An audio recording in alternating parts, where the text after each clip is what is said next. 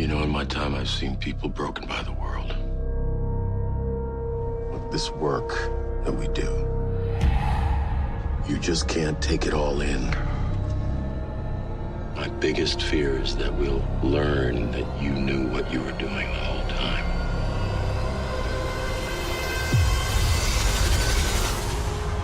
Lord Graham, you're under arrest for murder. Will claim someone else committed the crimes he's accused of. He said that person was you. Well, you have to investigate me. It's in my best interest. Will Graham is either delusional or he's a psychopath, neither of which I can trust. He's toying with you. He tells everyone that you are a monster. There are days when even Will doesn't understand his own thinking. Could we have been that wrong? I told you not to put him out there! We investigated your claims about Dr. Lecter. I am not the intelligent psychopath you're looking for. I look at my friend and I see a killer. When the night Hello, Will. has come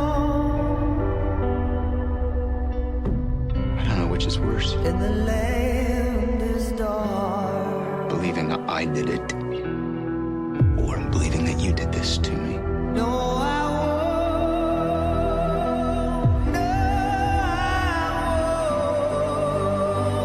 be afraid, just as long as we stay. I'm going to remember, and when I do, there will be a reckoning. Stand by me.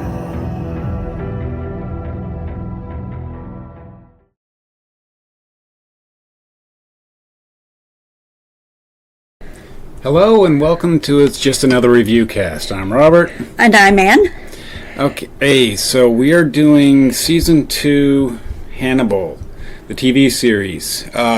Just as a footnote, we are watching the unedited DVD versions. Yep. And we also want to start this one out with giving people a warning. We are going to be talking about one of the episodes that does have talk about suicide in it. So if anyone you know, or if someone is thinking about suicide, please reach out to the suicide hotline. Or just even hurting themselves. Yeah. It doesn't have to be just suicide. But one of the hotlines you can reach is the National Suicide Hotline, which is 1-800-273-8255. Or you can go online to suicidepreventionlifeline.org. Like we said, once again, sorry for the trigger warnings. Yeah. But some of these episodes are pretty rough. Yeah, and please always remember to take care of yourself. Always. So, my personal take on suicide when it comes to shows or even in real life is that in 90% of all cases, it's a long-term solution to a temporary problem. Yeah, except in this case, with the TV show Hannibal, it is a bit different. It is. Like I said, 90% of the cases. Yeah. So, episode 1 is labeled as Kaiseki. These are all Japanese terms, and I'm a little bit better at the Japanese pronunciations than Anne is. And so she's shoving that off on me. Yes, I can do French and Italian. He can do Japanese and then do the English ones later. Yay. Okay, so Kaiseki is a traditional multi-course Japanese dinner. The term also refers to the collection of skills and techniques that allow for the preparation of such meals, and is analogous to Western Hatu cuisine. Hopefully I said that right. There are two kinds of traditional Japanese meal styles called kasaki and kasaki ryo. I can't get it out. Ryori. Ryori. I think that's how it is.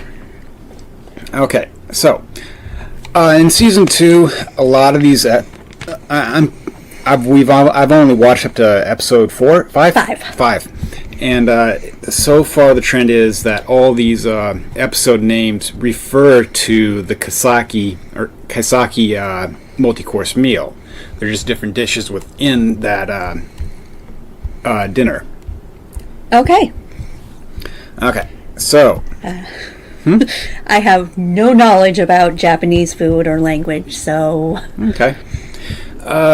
So we're not doing a blow-by-blow, scene-by-scene play with Season 2 because there's a lot of in-depth stuff that Yes. Anne would like to get into. Yes, definitely. But but there is going to be some scene play and everything. But like in the beginning of episode 1, we see Jack and Hannibal fighting to the death. Yes, and I liked watching that because I like seeing Jack really able to take Hannibal on in that way. Just kind of, he can fight real, as good as Hannibal can. Yeah. So it's nice Well, to see he that. is a trained field agent. Yes, but that would give you some training, but Jack seems to really be able to keep up with Hannibal in a fight. Okay. But as we know from the movies and everything, Graham was the one that captured Hannibal, and Jack's still alive during all this, so we know that it basically ends in a draw. Okay. Via the movies. Via the movies, yes. Season 2 is going to start at the beginning of the deviation from the movies a little bit. Because keep in mind, they didn't have rights to every single thing. Mm-hmm. So therefore, they are having to do workarounds and stuff like that. And so there is going to be some deviation. Some major deviation. Yeah. So what you know of the movies may end up not happening in the show. Yeah. Or happening in a very different way. Okay. Well, and basically starting now, at least with the Hannibal series, I'm going to be using my tagline I have for Chilton that I write down my notes with. And sorry if it offends you guys, but it's fucking Chilton. I hate the dude. And I asked him who he would rather, if he had a choice between saving Chilton or letting Hannibal Lecter go, what would it be? Saving Chilton or letting Hannibal go. Yeah. Oh, Chilton can die. Yeah. Yeah, he really would let Hannibal run free. Yep. To deal with Chilton. Yep. Yeah, so because of Chilton and Graham being in the asylum, Chilton's of course trying to get in Graham's head. Yes. And trying to make credit and all this other stuff because they finally got Graham under the microscope. Yep.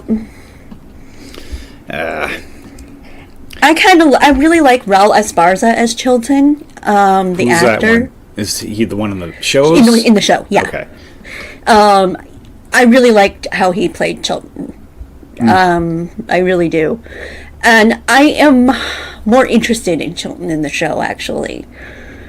So, than I was in the movies. Well, yeah, Chilton's got a bigger part to play in the shows. You see him more often, too. Yeah. And of course, Hannibal's shrink Bedelia de Maurier. makes a pretty big appearance in the first 4 episodes of the season for season 2, and she takes a pretty prominent role. Mm-hmm. Well, she's talking to Hannibal, and she talks about how they intend to manipulate each other, Hannibal and Graham. Yes, and there's actually a very interesting cut line from that conversation where Bedelia talks to Hannibal about how she has noticed Will changing Hannibal. Actually, and is basically questioning how Hannibal has changed Will. So there's just an interesting whole bit there that I find interesting. Okay. And Graham's also complaining about how his inner voice is starting to sound like Hannibal now. Yeah. And I noticed that Graham also has that ability to kind of go into his head. And like when he goes and is fishing in that river and whatnot, I call it the memory palace, because that's what the term Hannibal will eventually use and did in the books, actually. Yeah.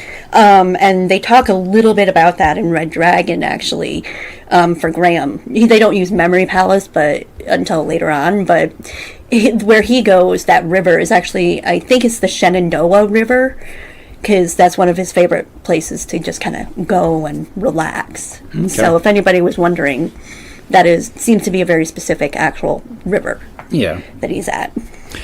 And we also come to find out with Graham in the insane asylum now and being charged with these murders is that Hannibal is the new Will Graham for the FBI, basically. Yeah. So now we got a serial killer working for the FBI. Yes. And he's basically profiling these killers. Mm-hmm. And throughout the season, probably and kills that he's done and leading the FBI astray of the kills. Yeah.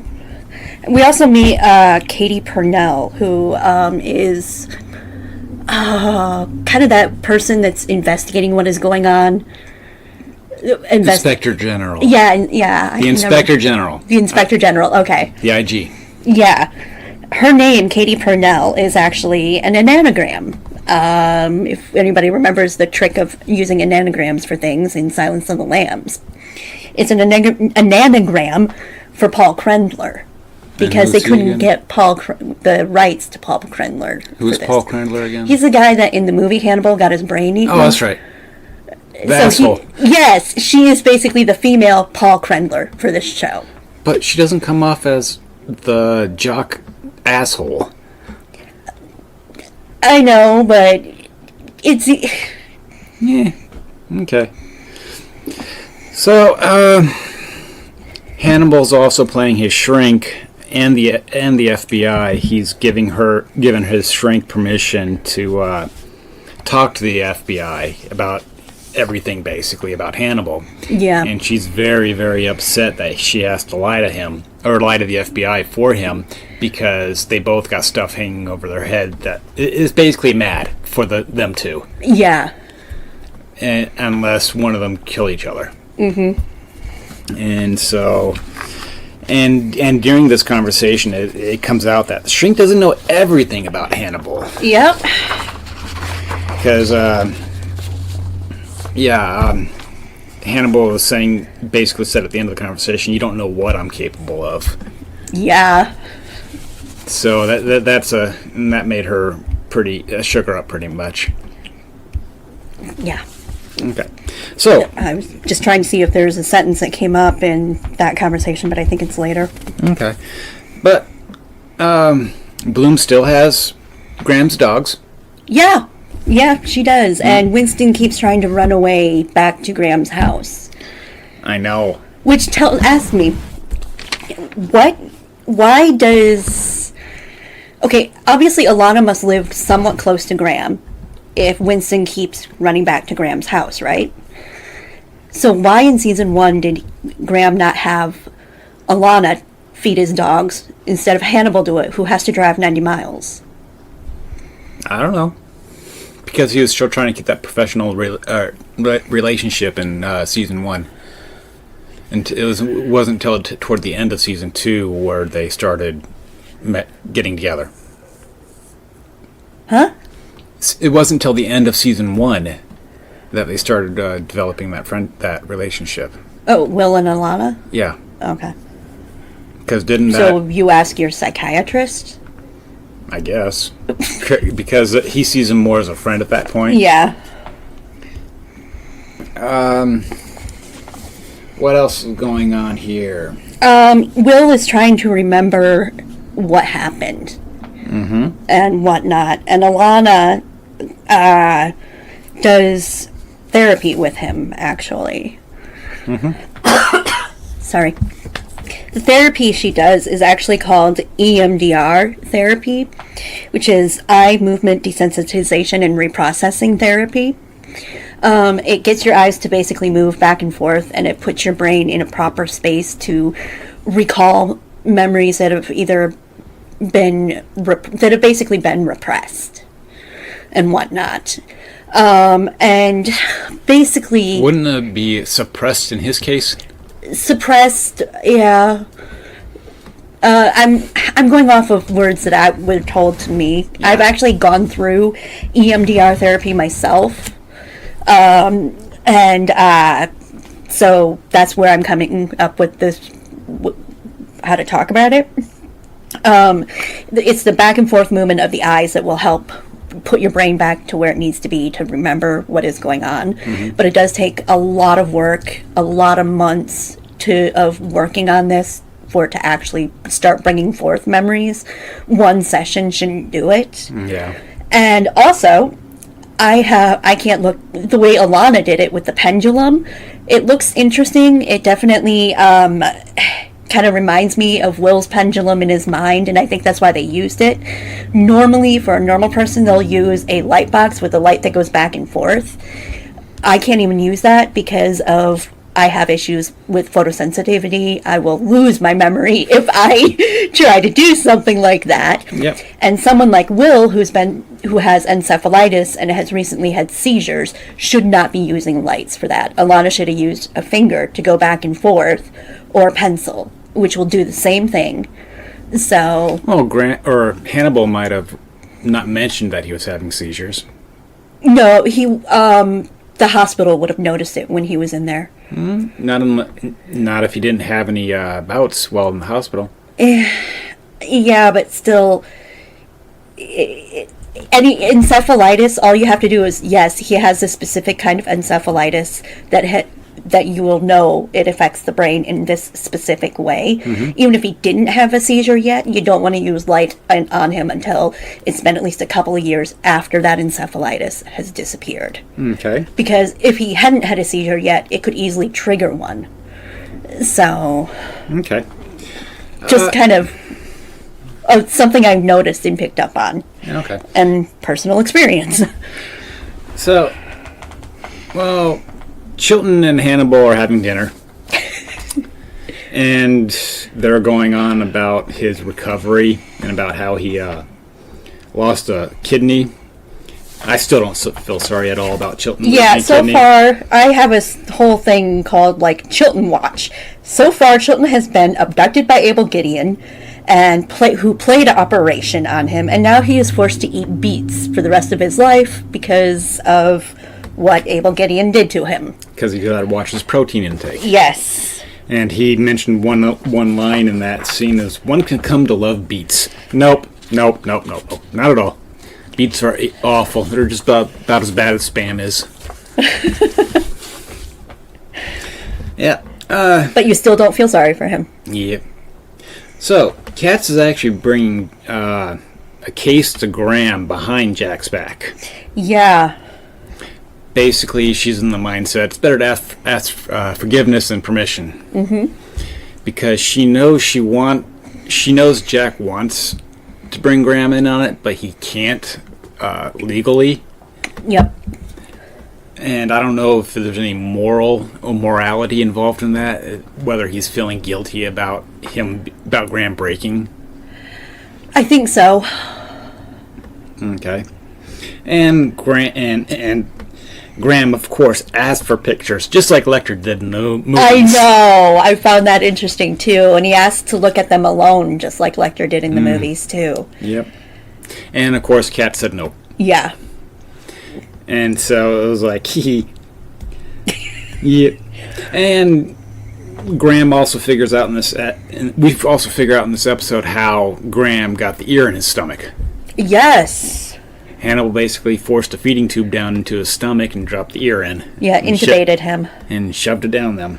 Yep, in a dreadful embrace, as the script says. I didn't. So. And it's still kind of upsetting that Graham and Jack still believe that Graham committed those 4 kills. That Graham and Jack did? No, that Bloom and Jack. Okay. Still believe that Graham committed the 4 kills.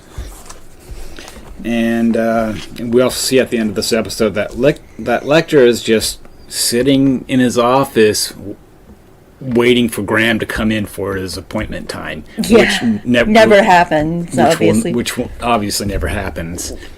Because he's missing Graham. Yeah, he is. Okay, so this brings us to episode 2, Sakaizuke? Yeah, something like that. Sakizuke. Basically, it's an appetizer similar to the French amuse-bouche. Amuse-bouche. Amuse-bouche. Okay. Okay, so, beginning of this one, we're in the grain silo. Yeah, and there's he's ripping his own stitches out. Oh, God. I could not handle it. I was like, cool. And I'm like, no. You gotta do what you gotta do to escape, man. I was like, come on, escape. Jump. Ouch! Shouldn't have jumped. He literally hit rocks on the way down that killed him. Yeah, I know. That is some bad luck. It is. Poor dude. I know. And between X-Files and Stephen King, I hate cornfields. So, then we come to Graham actually play acting, Yeah. trying to get back into Hannibal's good graces and trust. Yeah. And I'm just going, it's like, how can Hannibal be believing all this stuff? Oh, he wants to. I actually, as Will looked up at the camera with just that look of, I am so playing these people. Yeah. I wrote, let the games begin. The script actually said, let the game is afoot. Okay. So, Hannibal's shrink drops Hannibal. yeah. And during this conversation, you know she's scared shitless of him. Yeah. Yeah. So, And I'm sad. doesn't she come back later on, though? She does, yeah, come back eventually, but still, I love when Gillian Anderson is on. She always has some interesting insights and usually knows better than Hannibal what Hannibal's feeling, which is always interesting to hear a point of view. Okay. So, I really, even though she's only gone for a little bit, I'll miss her. Yeah, she basically believes that Hannibal is dangerous wearing a person suit. Yeah. She's not wrong. Yeah, that's how she basically described him. Yeah. Okay. And so she just dropped him, and that's an interesting scene, too. Mm-hmm. So, come to it, Jack finds out that Kat went to see Graham. Yes, Hannibal kind of pointed it out with the whole, it sounds like Yeah. Will is in this room. Mm-hmm. And Jack has to take a psyche valve also. That comes out because of the IG coming down and the inquiry going on to what happened with the team and Graham and everything. Yep. And basically, Jack tells Kat to basically just do your job any way she can. Yep. Basically giving her permission to go see Graham, just as long as you don't tell him. Yeah. So during that autopsy scene, Hannibal uses his nose and finds out basically where the killer is. Yes, because Hannibal's nose knows. Of course. He smells the cornfield. Yep. And it is possible for people to actually have a scent like that. I did look it up. Okay. Not in-depthly, but there are a few people out there who can smell like that. It's not unheard of. Mm-hmm. And because of what's going on with Graham, it comes out that Kat's actually scared of him. I never got that. When he went to reach out to the bars, she backed away. Okay. Like she was terrified of him. He's a suspected murderer. Yeah. And insane. And so, insane person reaching out to you through the bars in a kind of abrupt way, she backs away and she has a fear in her face. Okay. But Graham also got her to look deeper into his case. Yes. So, what else was going on there? So we come to find out that Hannibal does hunt down where the killer is. Oh, yeah, and he climbs to the top of the silo. And he's in a bodysuit, so trace evidence doesn't get out. Yeah, that clear plastic suit over his suit. Yeah, I know. I call it the murder suit. Oh, yeah. Didn't, what was that other serial killer show? Dexter Morgan? Yes, didn't he have something like that, too? Because I know he had a clean room. Yeah, he would get a whole bunch of plastic and just kind of put it up, because sometimes he would kill the person in their own home, or he would have to take them somewhere else. But with him being a forensic evidence, he had his own suit that he wore. Yeah, he had some stuff, but he didn't. I don't know where he got his. It looked more believable than Hannibal's, to be honest. Okay. I don't know where Hannibal got a full see-through suit, so why do you need to look nice while doing this? So, I'm sorry. and Hannibal basically looking down at the killer, and when the killer looks up at Hannibal, Hannibal's like, "Hello, I love your work." So, the cops find the place. Hannibal acts surprised that the cops got there so quick. Yeah, of course. Because they didn't expect Graham to point it out either. Yeah. And they find the killer, or they find what we know as the killer in the portrait thing, and missing a leg, and Hannibal's cooking up a leg. Yeah. Yep. Bedelia also goes and tries to tell Jack to leave her alone, actually. Yes, that's the next thing. Okay. Yeah, Jack and Hannibal's ex-shrink Yeah. tells Jack that she's done with Hannibal and can't help him anymore. Yeah, and she says she is not feeling secure. It's like, hint, hint, Jack. There's something going on here. Maybe you need to look into this a little bit more. Offer protection to get her to talk. And you think you think that's really going to work with Hannibal if it's just an off-site protection? On-site protection is something that they can do too. And I don't think she wants to be locked up there in the FBI building.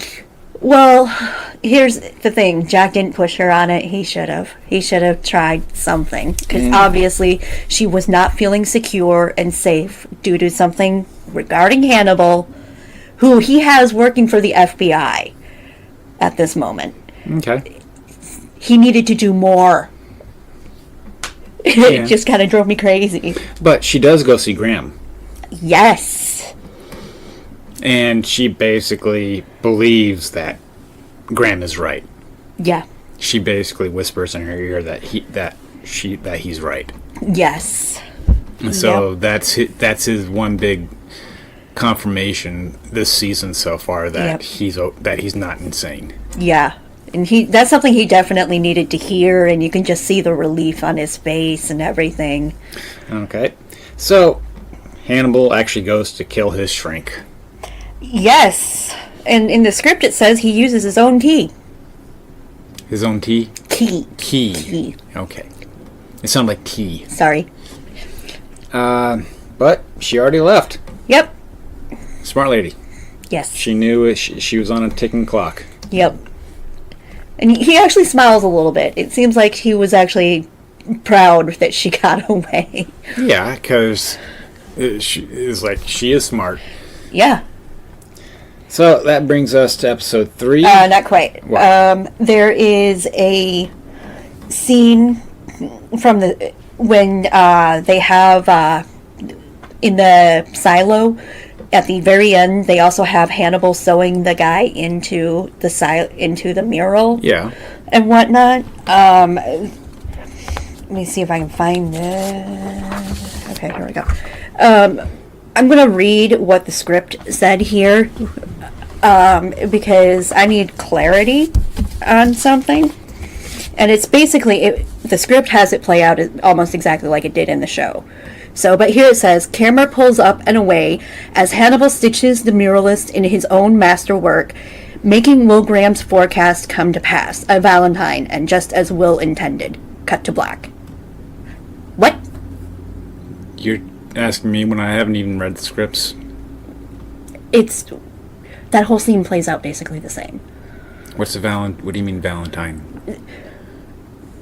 Okay, that part I can explain. But I don't understand the just as Will intended part. I don't know. Okay. That's probably why it was cut, because no one really understood. Yeah. Okay. So, well, episode 3 is labeled as Hassun. It has a couple of different meanings actually. So the first one is distance of 8 sun, approximately 24 centimeters. It's a unit of measurement. Definition 2, it's a dish or tray of this size, approximately 24 centimeters, especially used in the Kasaki cuisine to serve several kinds of delicacies. Foods in such a dish. Okay. Episode 3 is a variety of thick traditional Japanese paper. Episode 3? No, third definition. Oh, okay. So, I actually did a little bit of digging into the 8 Sun to see if it was still in use or not. It is a unit of measurement based on a Chinese system established in 701. Metric was adopted in 1868 and is currently still but 8 Sun is still currently commonplace in carpentry and agricultural industries, and making tools such as chisels, spadles, saws, and hammers are. Oh wait, no, I got that all mixed up. I'm sorry. Metric is used in carpentry and agriculture. Tools such as chisels, spadles, saws, and hammers are manufactured in Sun and Bu sizes. Okay. BU sizes. Okay. So, yeah. Yeah, I just thought it was a little interesting. Yeah. And you really don't care at all. It's math type stuff. My brain shuts down when it comes to math. Okay, so we see a scene of basically Graham being electrocuted. Yep. Electrocuting himself. Pulling the thing himself. Yeah, as he goes back. Mm-hmm. Like he usually does when he does his mind thing. Yeah. That's if he's found guilty of the charges. Yep. Okay. So they're starting the court trial now. And Graham is actually called the smartest person in the room. Yes. And Hannibal just smiled a little. Oh, yeah. Because I don't know if it's a toss-up between those two. It's always a toss-up between those two. It kind of depends on where each person is mentally at the time. Okay. So, and that's one of the things that fascinates me about the show is who's, outwitting who at the moment. Okay. It comes to light that Will hated his work with the FBI out in the field, but Jack forced him to do it. Yeah. And we see that through season 1 and everything. Yeah. And it just kind of hits you they hit you in the face with it during this episode. Yep. But at the same point, Graham could have stopped at any point. Mm-hmm. But he was saving lives. Yeah. And that's why he continued to force himself to do it. Yeah. So, the Inspector General is not happy with Jack when it comes after his testimony. Yes. Because Jack paved a path for Graham's defense. Yep. And she wanted him to basically testify in defense of the FBI instead. Mm-hmm. And this is wanted to throw Graham under the bus. Yeah. And this is an example of the system starting to become corrupt that was actually kind of... starting to become corrupt? That was kind of inspired by Hannibal, the book. Okay. It's kind of... They're trying to incorporate that little bit into there. But most people already think of the justice system yeah, as corrupt now we do, but it's just an example of how they're going to incorporate that section into the show. Because it's just, I feel the same way when it comes to the justice system. I do believe it needs to be overhauled. Yeah. And because it's just, you see too many instances where the rich man wins even though he's blatantly in the wrong, and the poor man lose. Yep. Yep. Just because of the money. Yep. So, they get a letter delivered to the courthouse. Yeah.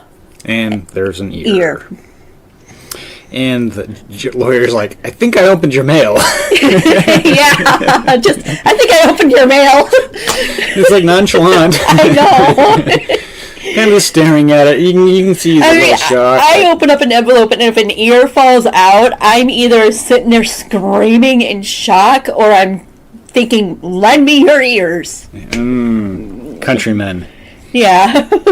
So, Hannibal wants to know if Jack's testimony is a resignation when he's talking to Jack. Yeah. And Hannibal's also wearing one of my favorite suits of his. Why is that? I just love it. I don't know. The coloration and stuff like that. And it's just always been one of my favorite suits of his. I'm I like costuming and stuff, so I'm going to pick up on things like that. Okay. And ironically, I'm not the only one who loves that suit. Mads Mikkelsen actually kept it. Okay. And he'll wear it for award shows once in a while, too. So, Okay, cool. and the Oscars are coming up. Maybe he will wear it. Who knows? Because Mads Mikkelsen, I guess, came to light that he's going to be the new, what character in Harry Potter? Grindelwald! I'm so happy. I'm not a fan of Johnny Depp, never really was. He was good in Pirates of the Caribbean, There was just though. something about him. I just never got it. I don't know why. I just could never get... So basically, you just didn't like Johnny Depp as an actor. Not just as an actor. There's just something more about him. I will... You know what? Maybe we should just do a whole separate, like, Fantastic Beasts thing later on down the road. Everybody in this Harry Potter, we should do Fantastic Beasts. There's a lot there to talk about. I don't know. So basically, going back to the show, Hannibal wanted to know if Jack's testimony is a resignation. And Jack basically said he didn't know if it was or not. Yeah, and Hannibal's trying to talk him out of it because... Yeah, he says don't. Yeah. And because he wants the known evil there that he knows he can get away with, basically, instead of having to learn a whole new unknown FBI agent. Yeah. That's what I think of it as. Possibly, I think that's part of it. Because he's already established a relationship with him and his wife. Yeah, and so he is definitely going to be able to use that and manipulate that. Yep, as it comes into later episodes. I'm sorry. Yeah. So we find out the ear was actually planned to be there at the beginning of the trial. Yeah. To try to get Will off. Yeah. So they actually bring Lowndes into the trial. Yeah. And oh god, that outfit she walks in with. It's so dramatic and over the top. It reminds me of a Dick Tracy chick. You see, I've never seen Dick Tracy, or I've heard of Dick Tracy, but I've never seen anything Dick Tracy. We should do a Roger Rabbit and Dick Tracy one then. Okay, as long as we can do a Fantastic Beasts thing. It's just the way that her outfit was. She reminds me of one of the Dick Tracy chicks that come into his office and ask for help. Yeah, it's Freddie, so she's going to be dramatic. Ugh. So she tells I thought you liked Freddie. Oh, I do, but her looks, her figure, her personality, But she swears to tell the truth, the whole truth. Yeah, right. Basically, Graham's defense basically decimates her with her 6 accounts of larceny or of lying, basically. Yes. Defamation, wasn't it? Yeah, defamation of character, basically. Yes. Yep. And so. But Chilton also testifies. Okay. Yeah. And his profile is actually pretty good profile of Hannibal. He just has the wrong guy. True. He thinks it's Will, but his profile of Hannibal is actually pretty spot on. Yeah. I gotta give him that. Yeah. And this new killer that's trying to give Will's an alibi, basically, saying that it wasn't him, is they find out the ear was cut off by Will's knife. That should have been in evidence. Yes. But it was checked out by the bailiff. Yep. And never returned. So the cops go to the house. There's a booby trap.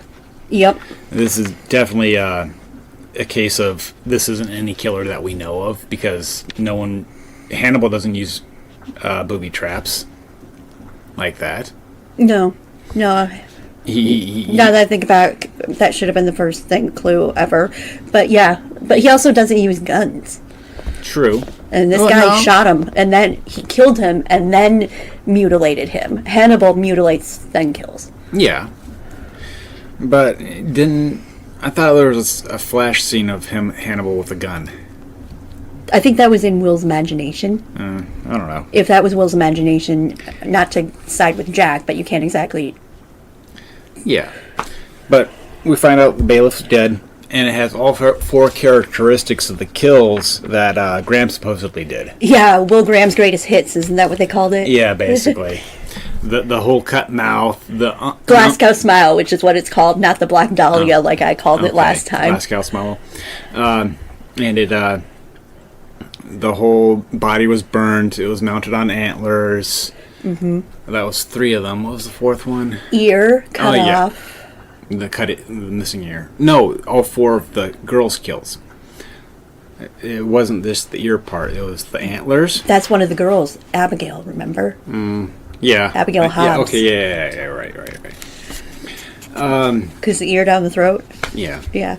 And at this point, we also find that the team is of different minds about Graham's guilt. Mm-hmm. One of the techs is adamantly, vehemently saying that he's guilty. The other one's not so sure. Yeah. So we go back to fucking children.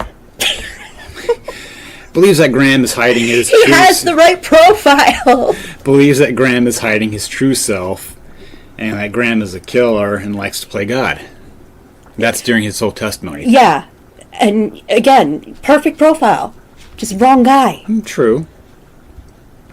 So, Hannibal shows Graham the murder of his admirer. Yes. The killer wrote you a poem. Are you going to let his love go to waste? I don't know. But they find out that the killer in this case is not the same. Mm-hmm. Because they find out that the actual killer likes to mutilate before killing. Yep. And this one, the killer shot his victim first and then mutilated him. Yep. Hannibal's on the stand now.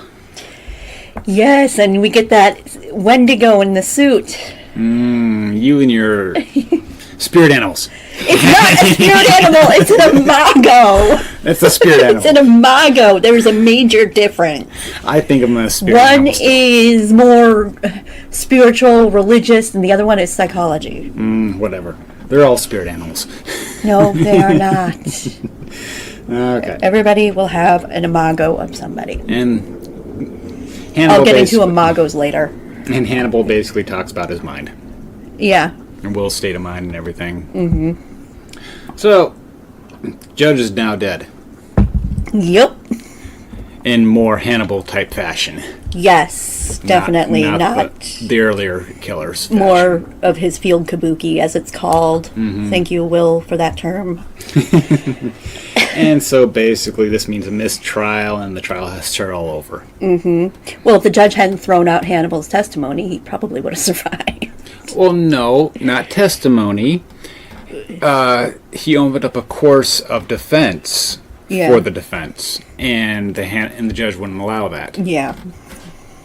So, and Graham believes that the killer was in the courtroom also. Mm-hmm. So that took us to the end of episode 4. Or 3. Episode 4, Takawasa. Now this is where the suicide warning comes into play at. Yes. So, once again, if you are thinking or even planning on hurting yourself, go talk to somebody. Yes, please. There's plenty of help out there. And we just don't hurt you guys yourself. Again, if you really do, call the National Suicide Hotline, 1-800-273-8255, or go to suicide, or online, go to Suicide Prevention Lifeline.org. It isn't worth it, really. Yeah. So, the name Takawasa means in Western Japan, it's the name in Western Japan for nimono, or simmered dishes that are traditionally served in the latter half of a kasaki banquet. That's basically what it is. Okay. So, during this episode, Graham's still trying to get Cass to look into Hannibal. Now. Yep. Is this the Bee Lady episode? Yeah, this is the Bee Lady episode, right? I don't know. I didn't really write the Killer of the Week with these. Yeah, I know. It's just the Bee Lady episode was the one of my least favorite Killer of the Weeks. And why is that? It was just unbelievable and kind of... Yeah, this is the Bee Lady. Boring. And then we saw those gnomes down at the... At the greenhouse? Greenhouse that had, like, beehive hats, and I'm thinking about this episode. Beacomb hats. Beacomb hats, and I'm thinking about this episode. I'm like going, oh no, we have some escapees from the bee lady. Yeah, and it's like when they, I personally don't know much about how fast bees make their hives. I have no idea, but I do know someone we should have called and got information from if I thought about it. It's like when they pan on that body that's full of honeybees and seeing the amount of comb on the guy, it's like I don't believe it because I don't think they can build that fast, and the body would be a whole lot more decomposed than what they showed. I have no idea. That's just what I believe, but like again, I don't know how fast they work. I don't know. That's a lot of comb, and that body is still fairly fresh. Yeah. So, going back to fucking Chilton. Haha. Graham's trying to do a quid pro quo with him. Yes. Basically, quid pro quo stands for you scratch my back, I scratch yours, favor for a favor. If you are listening to this and don't know quid pro quo, go watch Silence of the Lambs, please. Okay. So, Graham basically agrees to be Chilton for the quid pro quo part. He agrees to be Chilton's one and only patient.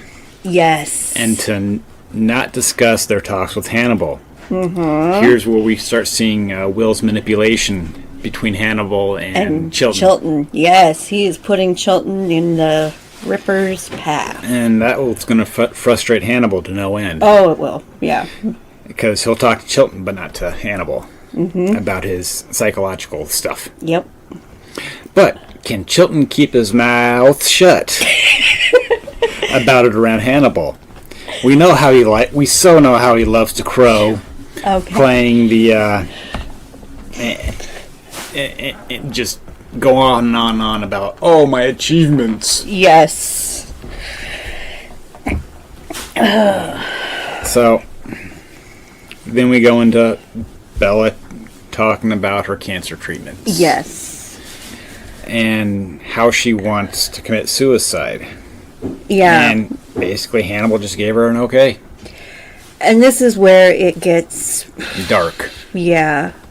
It does get dark. I want to preface this with something that I do know about Hannibal and stuff like this, both from the Silence of the Lambs book and from previous stuff on the show. Hannibal does actually really respect Bella. Okay. So she's not someone he would ever want to go after. He has a lot of respect for her. Okay. So he prefers the world is a better place with her in it.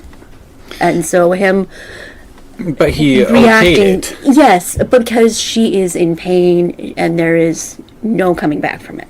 Yeah, stage 4 cancer. Yeah. So Katz has Hannibal look at the mural killer to see and explains that she's helping Will. That's her first big mistake. Yes, mistake. Beverly, mistake. Will's even warned her to be careful around Hannibal. Yes. In a roundabout way. So... Oh, Beverly. I know. So we go back to Chilton. He's having Graham take truth serum. Mm-hmm. And this is where you're really going to have to take over talking because I can't watch this scene. Well, there's not much really to talk about. It's they use strobe lights in this scene, and Anne is very photosensitive. Yeah, I'll lose my memory if I watch it, and I have watched it, and I still don't remember. So, just so Hannibal's trick of using strobe lights to make you lose memory, good job. Yeah, works perfectly. Basically, during this scene, we see Hannibal giving Will drugs and also doing the strobe light thing. Okay. I couldn't tell with the actual strobe lights and everything that were going on, though, if that was the case. But that's part of the memory that came back. And Chilton... And mine that disappears. And Chilton basically accuses Hannibal of driving Will. Yes. This is where you gotta kind of have some respect for Chilton. Yep. And it's like, Yeah. hey, why are you getting into my ass about driving this patient and then you're doing the same thing over here? That's a bit hypocritical. Mm-hmm. Yeah. So, Jack and his wife get high. And I'm pretty sure he would be okay, even if he was drug tested by the FBI, with his wife having cancer, as long as he went to them first and said she's going to be using this, because just being the same secondhand. Yeah, he's going to get a little contact high. So, considering the fact that they seem to be at a place where medical marijuana is legal, I'm guessing that the FBI would be okay with it. It's still federal, though. It's still federal, but there's the whole, his wife is sick and dying. I know. So, we go back to the bee-chick killer. She's an actual acupuncture person, and she's performing lobotomies. I guess she just wanted to use a bigger needle. Eyes, needle, eyes. Ugh. Congratulations, guys. Few episodes in a row give me the factor. Mm-hmm. And Katz also discovers the missing kidney in the pallet killer. Yes. Because she was looking for evidence beneath the evidence, basically. Yep. Hidden. Which Hannibal did point her to. Yeah, but at the same point, he didn't expect her to find it, I don't think. But then why would he say it? Well, what's his to see game if she was smart enough. I guess that might be it. It could have been just that, or him trying to look. Part of his whole "I did this and you don't know" and stuff. Yeah. Kind of like in that past killer, that old man who accidentally killed his own son. Oh, okay. Yeah. That's just how he gets off being the whole God complex thing. Mm-hmm. So, okay. Graham's also recovering more memories during this episode. He did finally realize who the Ripper is and tries to warn Katz away from Hannibal. Yeah. And is this when he realizes what Hannibal's doing? What do you mean doing? That he is cannibalizing. I don't know at this. I can't remember at this point if he is or not. Okay. That's the next scene. Graham realizes that he's eating his trophies. Yeah, and we flash back to Hannibal feeding him breakfast in episode that hotel room. Yeah. And he had that gagged look. Yeah. So, now we come to the Bella's big suicide scene. Yes. Or attempted suicide scene. She's going to commit suicide by ODing on her morphine in Hannibal's office. Yep. She didn't want to die at home and have her and for Jack to find, basically. Mm-hmm. She didn't want that memory for him, so she went to Hannibal's office. Yes. She does pass out, and basically it comes down to a flip of a coin if Hannibal is going to save her or not. Yep. And Hannibal does end up saving her. Yep. And that basically she ends up in the hospital because of that. Mm-hmm. And she said no when she regained consciousness to Hannibal. Yeah. Because she didn't want to live. Yeah. And she smacked him a good one. That's in the hospital, though. Okay. Yeah. Not in the office. Oh, I thought you just said she wakes up in the hospital. No. Okay. I said when she regains consciousness. Okay. She regained consciousness in his office. Yeah. After he shot her with the anti-OD stuff. But my thought going through this was, so, if he ate her, would that be considered edibles? Oh my God. Getting high that way? Oh. That's what was going through my head. You know, like the cannabis gummies and everything else, or the THC gummies. That's wrong. I know it's wrong, but... Sorry. Yeah, Anne found that very disturbing when I brought that up in the episode. Yeah. So, Kat's going through Lecter's house now. Hannibal's house. Yeah. Yeah. She finds some meat in the fridge. She's going to take it to test. And she finds something downstairs, and Hannibal's. Yep. He hits the lights, and that's the end of that episode. After some gunshots. Yep. Now, in the movie Red Dragon, they actually mention a little bit about Hannibal's basement, and that a couple of crime scene analysts basically quit on the job once they found... That's when they get there. Yeah, I know, but this is Red Dragon, Okay. just kind of giving people... We don't actually see what is in his basement. Yeah. So... Okay. I do have some sketches from, like, when they were...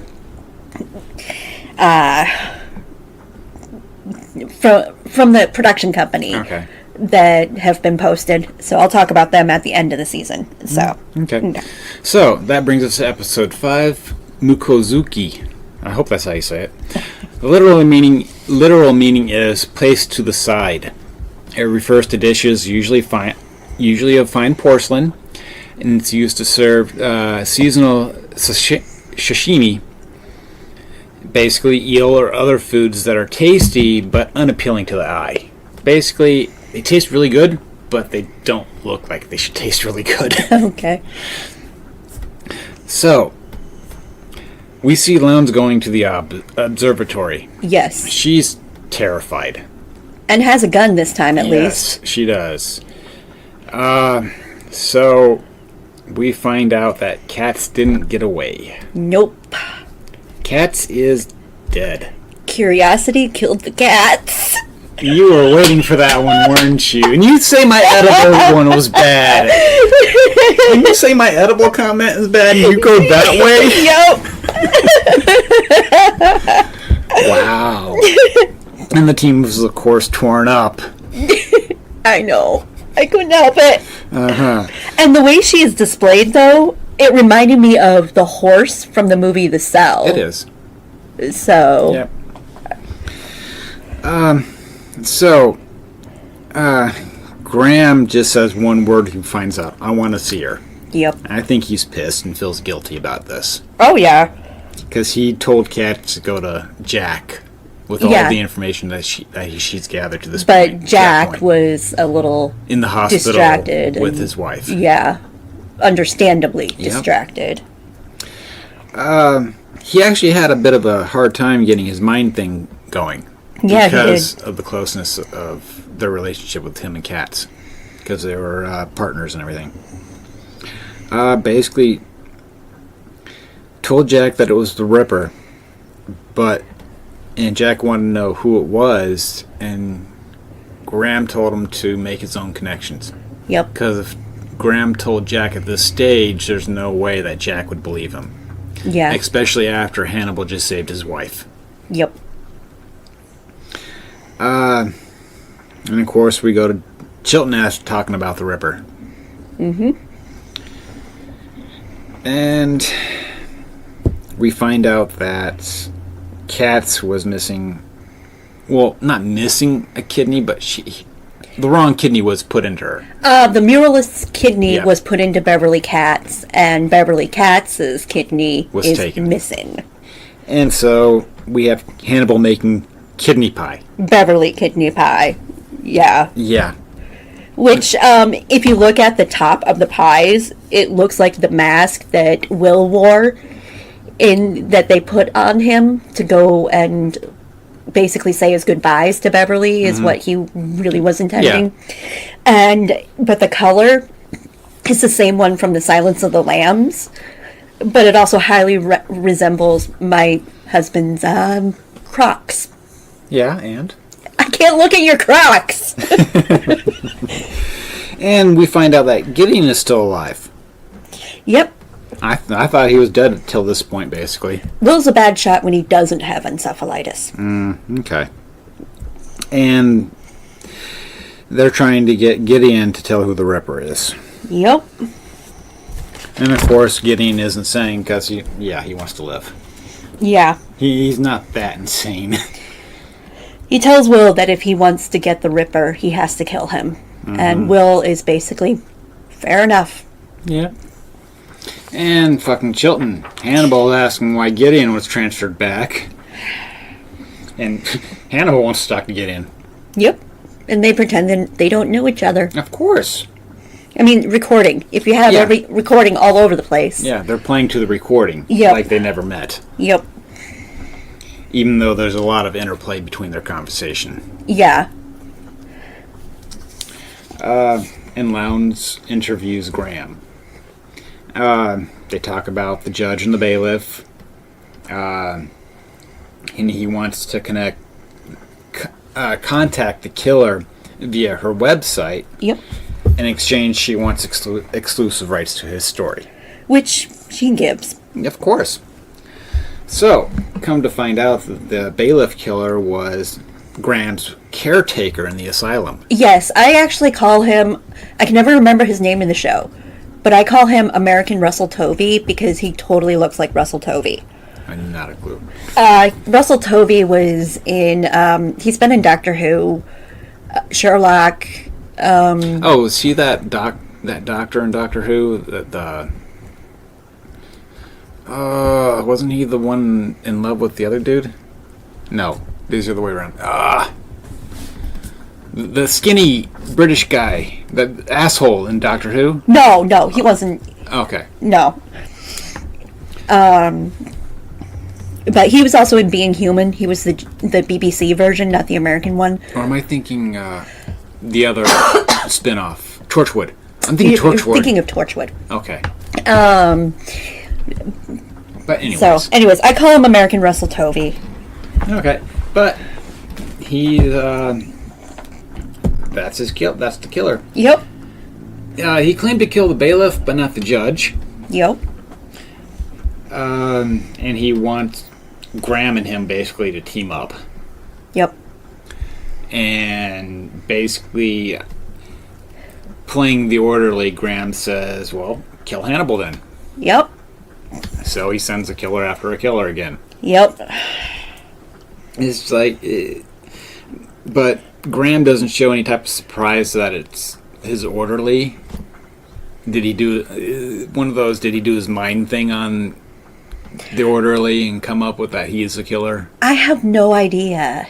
Nothing really goes into that. I think it's just trying to hide any shock and whatnot. I mean, just like you never see Hannibal really shocked by anything. Graham's able to kind of do the same thing. Yeah. And Graham is starting to slowly morph into a Wendigo in his mind as well. Yeah. After that. And Bloom also knows that Graham has something planned. Yep. Because Abel told her. Abel is... Abel Gideon? Gideon, okay. Sorry. I don't know him by his first name that well. Because me and names are bad. So, because Gideon told Bloom Graham's looking for revenge. Yep. And Bloom realizes Graham thinks he knows who killed Cats. Yep. And she knows that he thinks it's going to be Hannibal. And Gideon basically said Graham's going to send someone to kill the killer, Hannibal. Yep. So, the orderly actually captures Hannibal. Yeah. Surprisingly. Yep, he has him, he slit his wrists, basically. The right way. Yeah. And tied him up as, I put it as almost like, yoke. It was more like a yoke thing looking. He had his arms bound on a broomstick, basically. Yeah. And then a noose around him, standing on a bucket. Yep, a wobbly bucket. A wobbly bucket, yeah.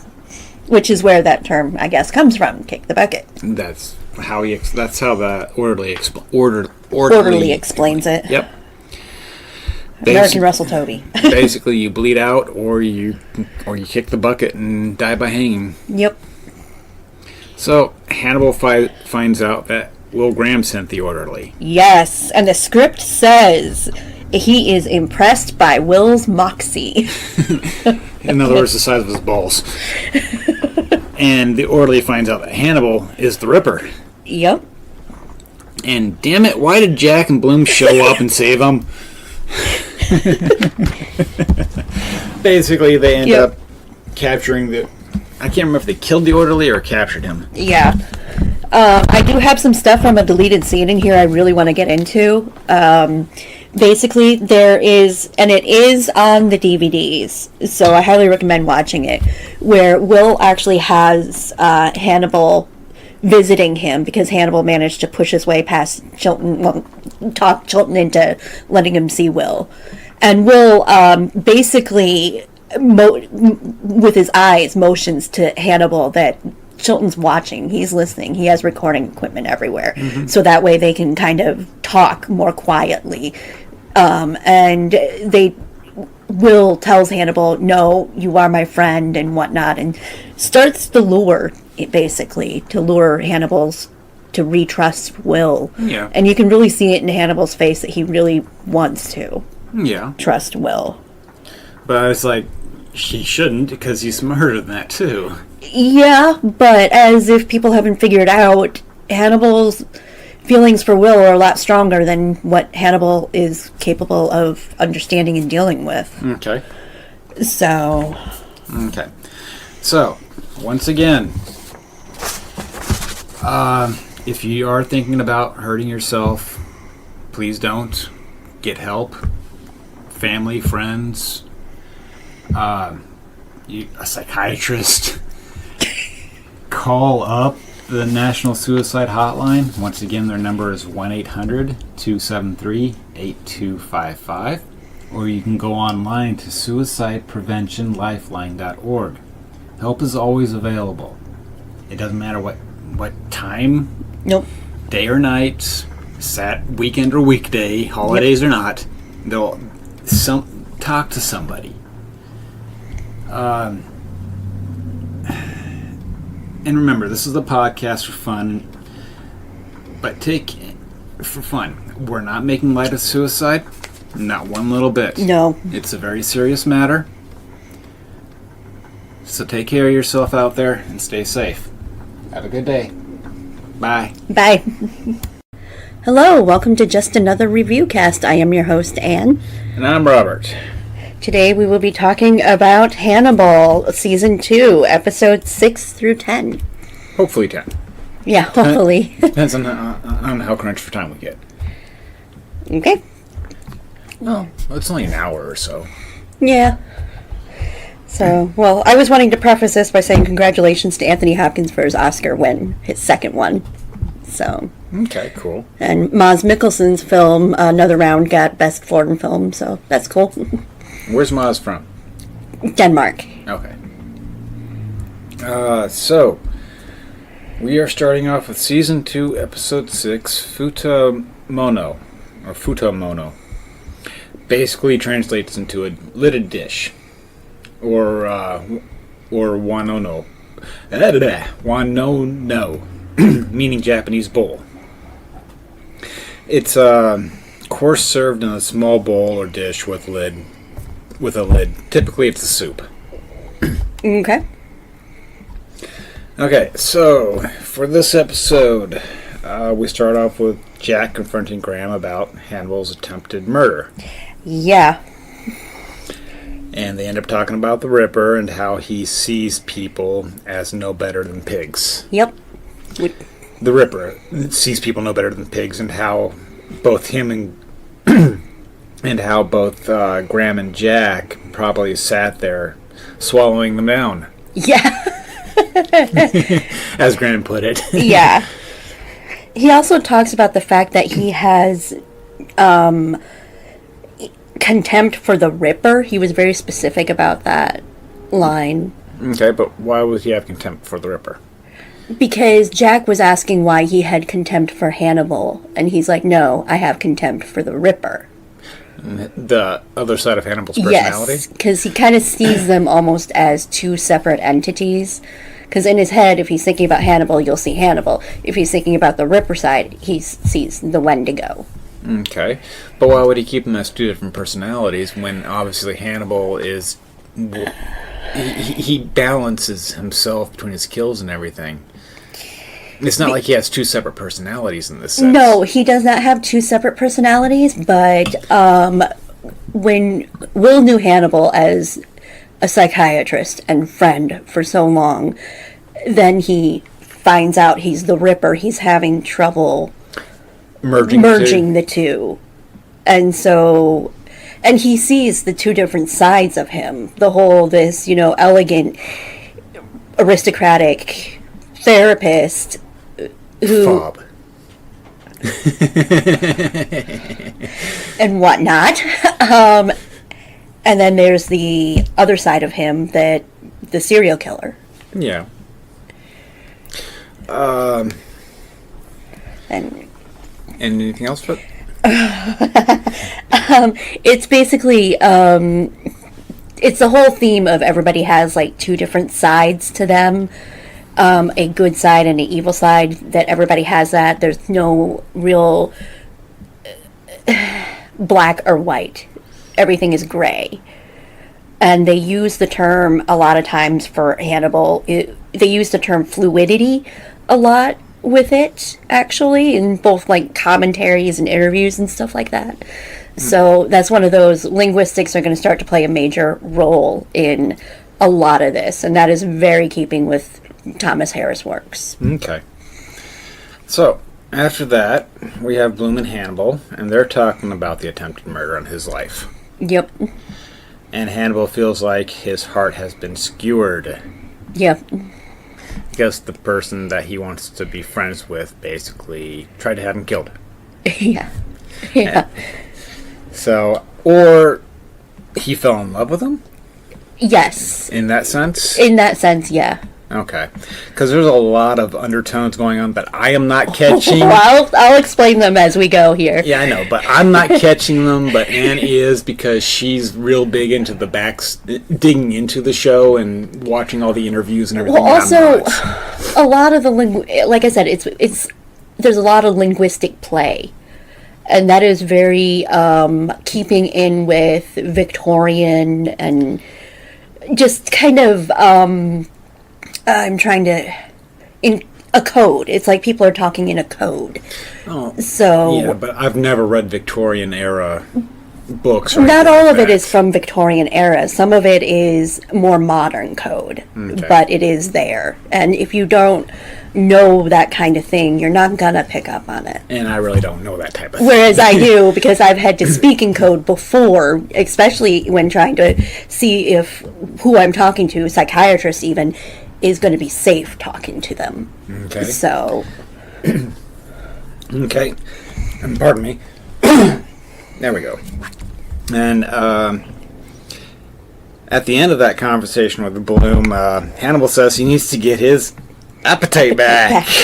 And he pulls out his Rolodex of cards and a recipe, steak kidney pie. Yep. It's not like he had enough cat kidney pie. Enough what? Cat kidney pie. Cat kidney pie? Yeah, cats. Ain't you? Oh, I thought cats. If you added the Z on there like it's supposed to, I thought you were talking about cat. I was like going, wait, what? No, cats. he just got done eating cats. Yeah. Beverly Cats. With you now. Okay. So, Hannibal says, in another scene, Hannibal says he can't help or trust Graham. And Hannibal says he's going to host a dinner party also. Yes, and that was to Jack, right? Yep. And Jack raises an eyebrow, thinking about what his and Graham's convo about the Hannibal Ripper eating people. Yeah. And that whenever the Ripper kills, Hannibal is always throwing a dinner party. Yep. And now the phrase. Yep. And now Jack is all. Oh. Now he's really thinking about it. Yep. The wheels are turning. And we go back to fucking Chilton. Don't worry, I'll have my Chilton coming up. I know. But he took a recording to Jack about Gideon's encounter with Hannibal. Mm-hmm. Because Hannibal wanted to go see Gideon. And tries to convince Jack to consider just the possibility that Hannibal is the Ripper. But Jack is not really considering it at this time. That's all I can get from it. He is considering it, but he's still kind of needing to play the game a little bit. He's starting to kind of figure that out. Mm-hmm. And so he's not going to directly say anything to anyone just quite yet. Yeah. So.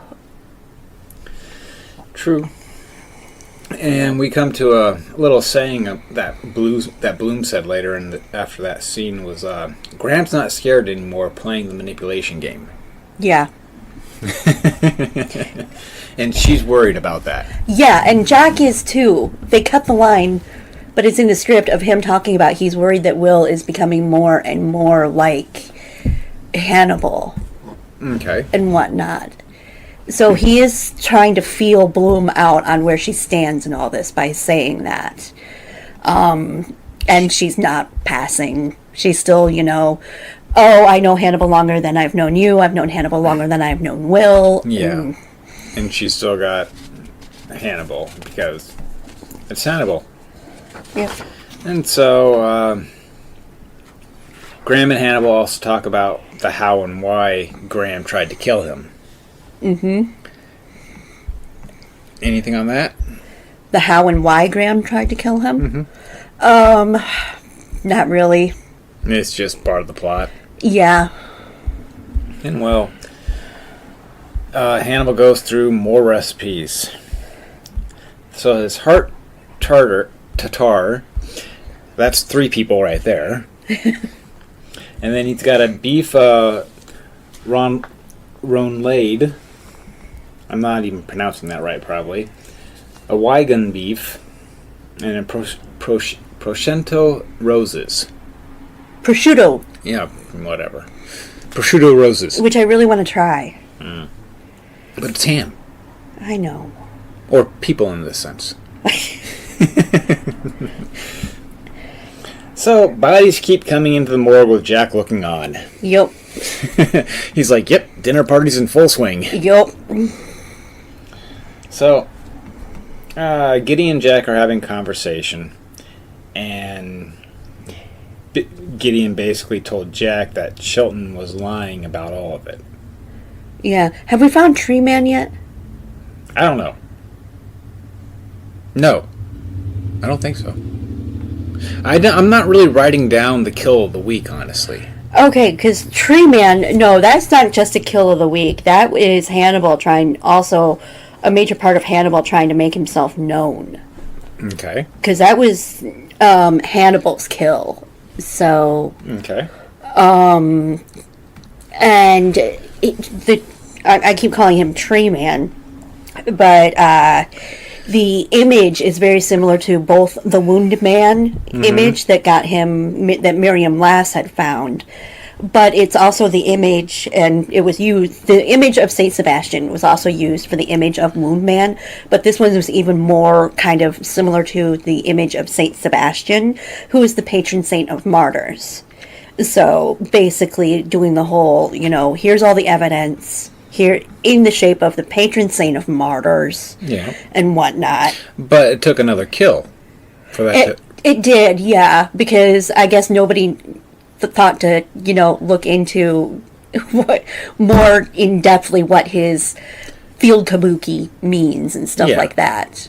Okay. But it definitely narrowed down the path to finding more things. More of Graham's innocence? Yeah.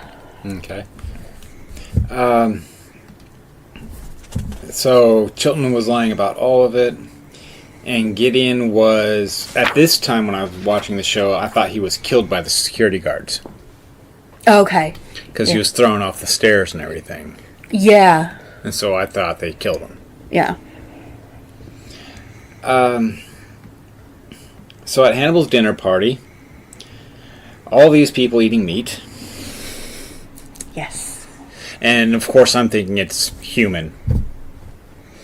And Jack gets permission from Hannibal to take some leftovers home. Yes, because it's illegal to just take them out. So he can test them. Yep. Because he wants to know if they're human or not. Ends up they're not human. No, Wagyu beef. Very expensive beef. What was it, $100 a pound? Normally, no. Normally it's a couple $100 a pound. There was a deal going on at a specific store that had really cheap Wagyu beef. I tried to get you to go get me some, but No, I'm not going to spend $100 on it. No. I know, but No. that is like steal for Wagyu beef. I don't care. No. Put the money away towards a theremin. Yeah. So, Hannibal Bloom making out. Sexy time. Yep. So, Hannibal and Bloom's relationship finally deepens. I didn't even really see it going into a sexual direction until this time. Okay. Well, they kind of talk about it the next day.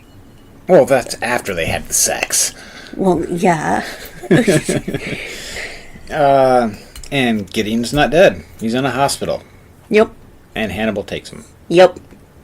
I thought Hannibal kills him at this time. Nope, he instead puts a security guard all strung up. And this is where the rest of the evidence comes into play. Yes. At the fishing lures, with all the victims and everything, and they finally make the connections, or they start to.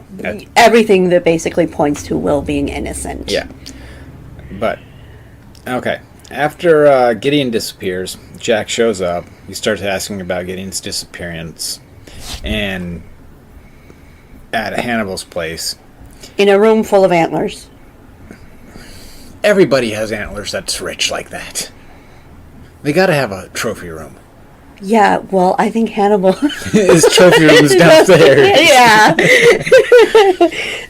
So, But Hannibal does a great line when Jack rings the doorbell. He says the last person who rang the doorbell this early was a census taker. yeah.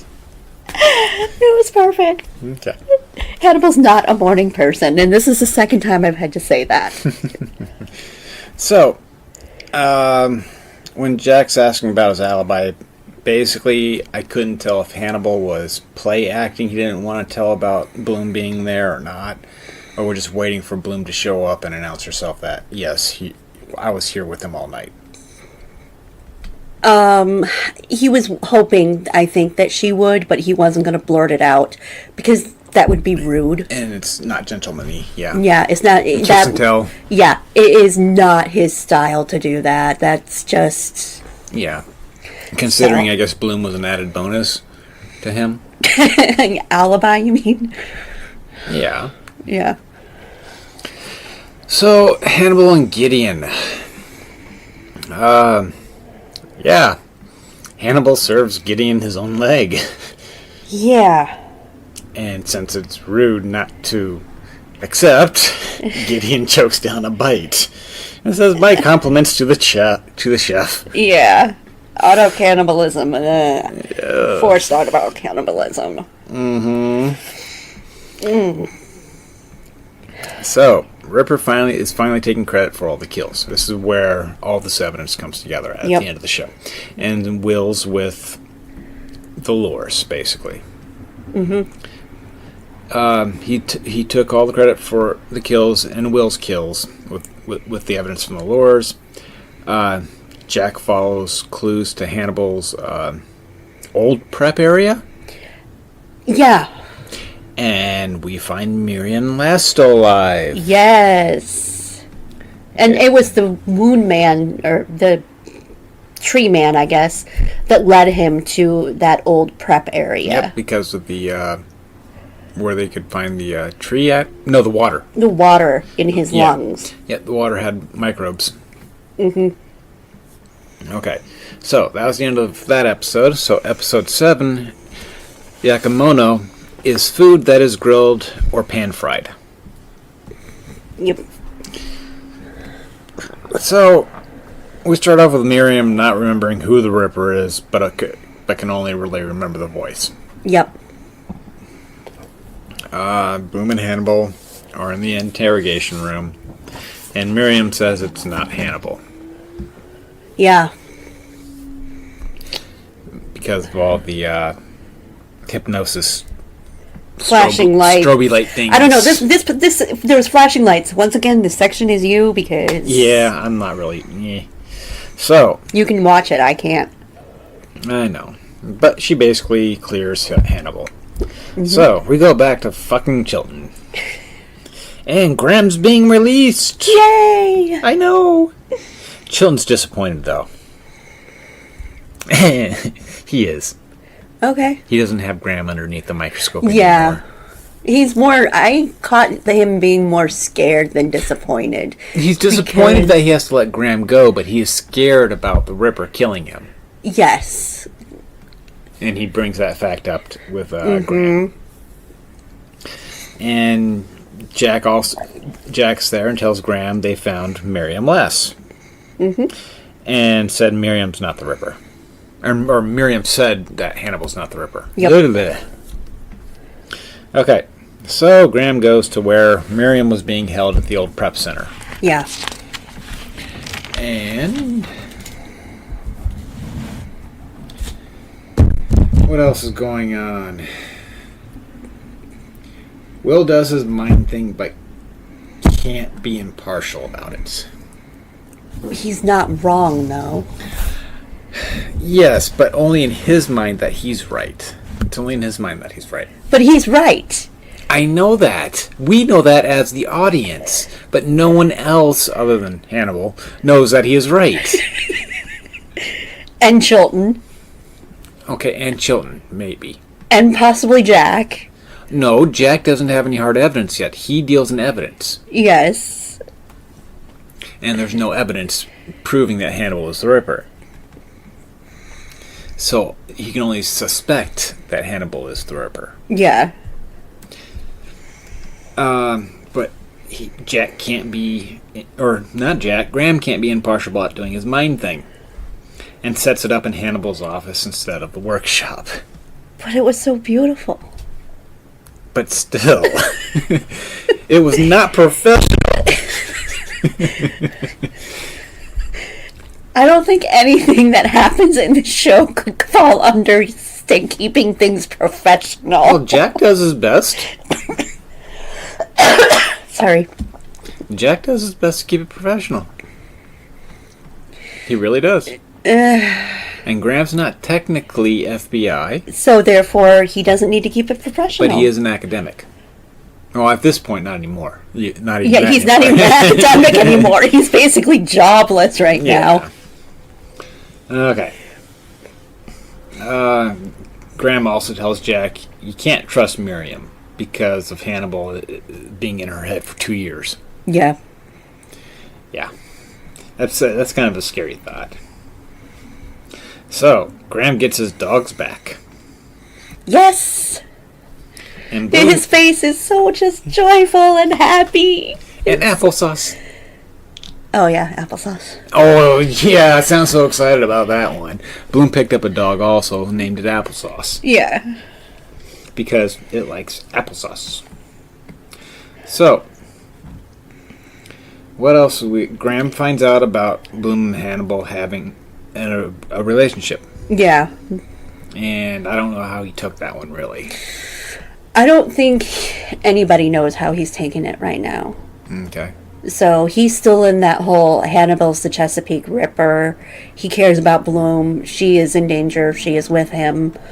And whatnot. Okay. Place, I think. Okay. Now we go to fucking Chilton. He wants to help Jack catch Hannibal pro bono because he's scared of being killed. Yes. He has a great line there. The whole... Because is that when they talked about... Never mind. That was a previous episode. Sorry. Ugh.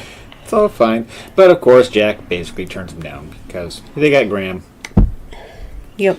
So, Graham and Miriam finally meet. They talk about memory loss and how they are part of his design. Hannibal's design. Yes.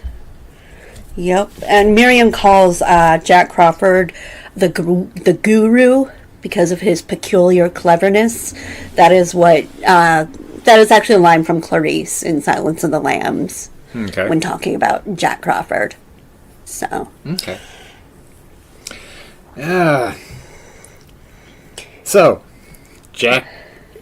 we see Hannibal going into his kitchen and smelling bad aftershave. Yep, Graham's aftershave. Too long in the bottle. Graham basically wants to pick up where they left off at the hunting cabin. And I never asked you this, and I meant to. What do you think of Hannibal's kitchen? Big. I mean, yeah, okay. Big. You like it, okay. Of course. It's fancy, it's big. Got plenty of space to do your prep work and everything. Okay. Not enough space. So, before Jack... so Graham wanted to pick up where they left off before Jack stopped him and wants to kill Hannibal. Yep. Hannibal essentially talks him down. Yeah. We know. He's still alive. Yeah. Or there wouldn't be any silence. Yeah. Well, I mean, he can shoot him and he can still survive. Oh, yeah, he is a bad shot. Exactly. Okay. So, somehow they found a print of Hannibal's on a flower petal. Yep. And everything's getting topsy-turvy, basically, in the whole investigation. Mm-hmm. Fingers are being pointed everywhere. Yeah. But right now they are starting to be pointed at Chilton. Mm-hmm. Because now Jack thinks Chilton could be the Ripper. Yep. So he brings Chilton and Hannibal in for questioning, basically. Yeah. So, now after he brings them in for Loud questioning. cars. Motorcycle. That's a motorcycle. That's a motorcycle. Yes. Okay. So, now we're at Chilton's house, and damn, Hannibal's basically framing Chilton for Gideon's death. Yeah. Because we see armless, legless Gideon there. Yeah. Apparently Brian Fuller kept that body mold and it's in his garage. Cool. Awesome Halloween thing. I know. I think that's hilarious. And the two FBI agents are dead. Yep. And he basically runs to Graham. Yeah. Mm-hmm. Well, when Chilton was getting showered out, Graham had called Jack. Yeah. And Jack is pissed because his own were killed. Yeah. And he chases after Chilton and catches him. Yep. Even though he really wanted to shoot him. Yeah.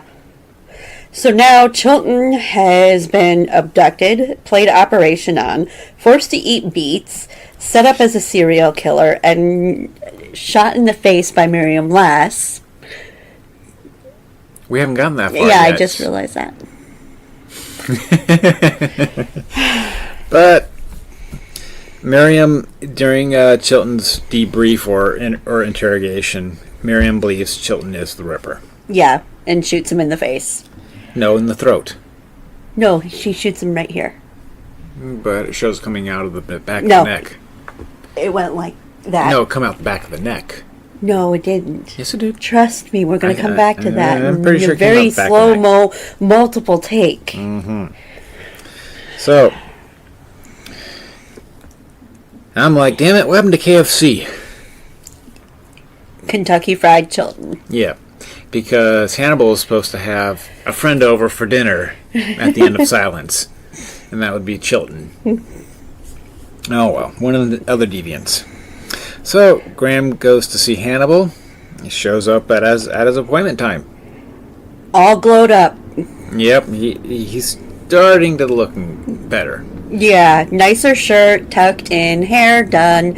And how much do you want to bet he's wearing a better aftershave? I don't know. Well, they talk about Ripper stuff, and he wants to resume his therapy with Hannibal. Yes.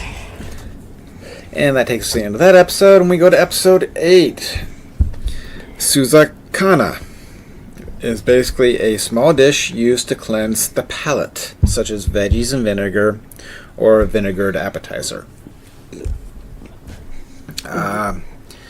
So we start this off with Graham and Jack ice fishing, and they're talking about using live bait to catch fish. Yep. Which is an analogy. Yep, they're actually talking about Hannibal. Yep. Or not Hannibal, but the Ripper. Yeah. in this sense. Well, I think And- for Jack, it's both Hannibal Yeah. and the Ripper. They're the same guy. It's just Will is still... But Graham is referring to himself, to use himself as bait to catch the Ripper. Yep. So basically from here on out, you kind of have to keep that in mind, that this is going on throughout the rest of the series. Yeah, oh my gosh, it gets so complicated. It does. And because Intense. it's not really intense, it's like, Graham is trying to play Hannibal, and Jack's in on it, but he can't give it up that he's in on it. Mm-hmm. And it's just, it gets really complicated. So, after the little fishing thing, at dinner, Jack, Graham, and Hannibal, they're talking about moving past what happened, Yep. i.e., them trying to kill each other. Or no, Graham trying to kill Hannibal. Yeah. And moving past what happened between them and with all the accusations, of course, Graham keeps baiting the conversation with Lecter about things about meat. Yeah, he can't immediately, jump into the Yeah. whole we're best friends again type personality. He has to ease into it, otherwise it's too obvious. Yeah. And one of the things that Graham does is that he really doesn't lie to Hannibal. Most of what he says is true. Yeah. Just like most of what Hannibal will say to most other people is true. So it's just in their own skewered way of telling the truth. Okay. So that's what gets so complicated at times. Okay. So for this killer of the week, they actually threw in some what I think is Star Wars reference, You, Nancy! and you never caught it. I didn't. Oh, that's right. Yes, I did not catch it.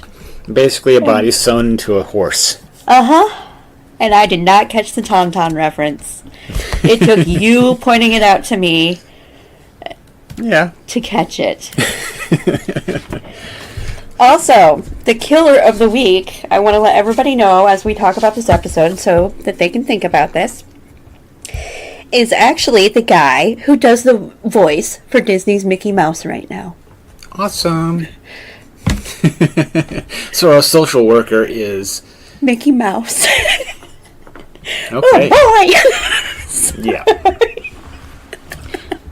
Just imagine that. I'm imagining that coming out of that horse's stomach.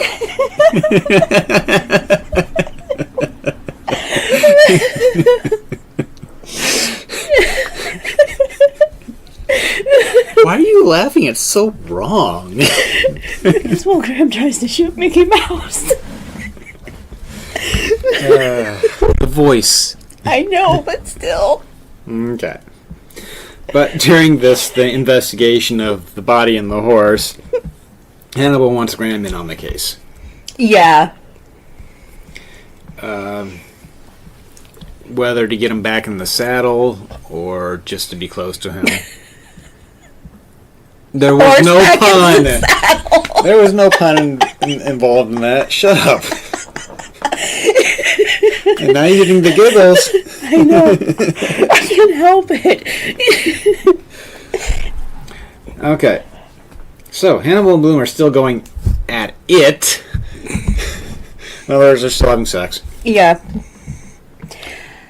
This is another thing that, with the whole, every time Hannibal and Bloom have sex, their pillow talk, Hannibal always starts talking about Will. Have you noticed that? Bit. Yeah. Not really. Not until you pointed it out. Yeah, every time. Okay. So, that's one of those. He's thinking of Bloom as Jack. Graham. Ugh. Yeah. I'm trying to avoid the giggles here, dude. It's just that every time, yeah, he starts bringing it up. Okay. So, at this point in the series, I'm like, what the fuck? A woman in a horse uterus and a bird in her chest, alive. Yeah, I know. How did that bird stay alive? That don't beats me. And especially Okay. for hours like that? I know, right? Not a clue. Basically, they described it as a coffin birth. Yeah. Did you look into anything about those? No, I got distracted by Mickey Mouse. No, so you went on down that rabbit hole instead? Okay. Have we met Margot yet? Who's Margot again? Margot Verger.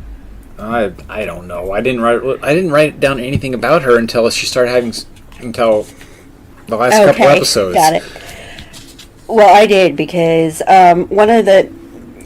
Hannibal has a new patient, Margot Verger. But they never mentioned her last name, so I didn't know the connection. Okay. That's why I never wrote her down for those first two episodes she showed up. Okay. Yeah, major character. She was in the book Hannibal a lot more, but they just kept cutting her out. And so this is the first time that she actually shows up on screen. Yep. I didn't even know Verger had a sister. Yeah, I know. A lot of people don't. But basically, her brother has been attacking her physically. Yeah. And one of the lines that Hannibal says is, "What your brother did to you is no more your fault than being attacked by a mad dog." I love the therapy he does with Margot and how he handles things outside of advising her to kill her brother. Everything else is fantastic. Okay. And stuff I wish I had heard in my life. So. Yeah, because not all people can do the whole forgive and forget thing. And I couldn't. I tried, and that's what everybody preached at me. And I say preached because it really felt like that. Whereas suddenly I hear Hannibal say, it's okay to hate. It's like, oh, wait, that's an option? Boom. Suddenly I felt better. Yeah. Or started the path of feeling better. Okay. So that's why all that part and anything Margot is going to be very important to me. So, Graham's having a conversation with Hannibal, and Graham mentions that he prefers sins of omission, not lies. Yeah, the don't lie to me, doctor, and whatnot. So, I have a lot of thoughts on that. I just don't know if I should go into them just yet. But why not? Time, and I think if we waited a little bit more, I may have a little bit more things I could bring up regarding it. Okay, it don't matter.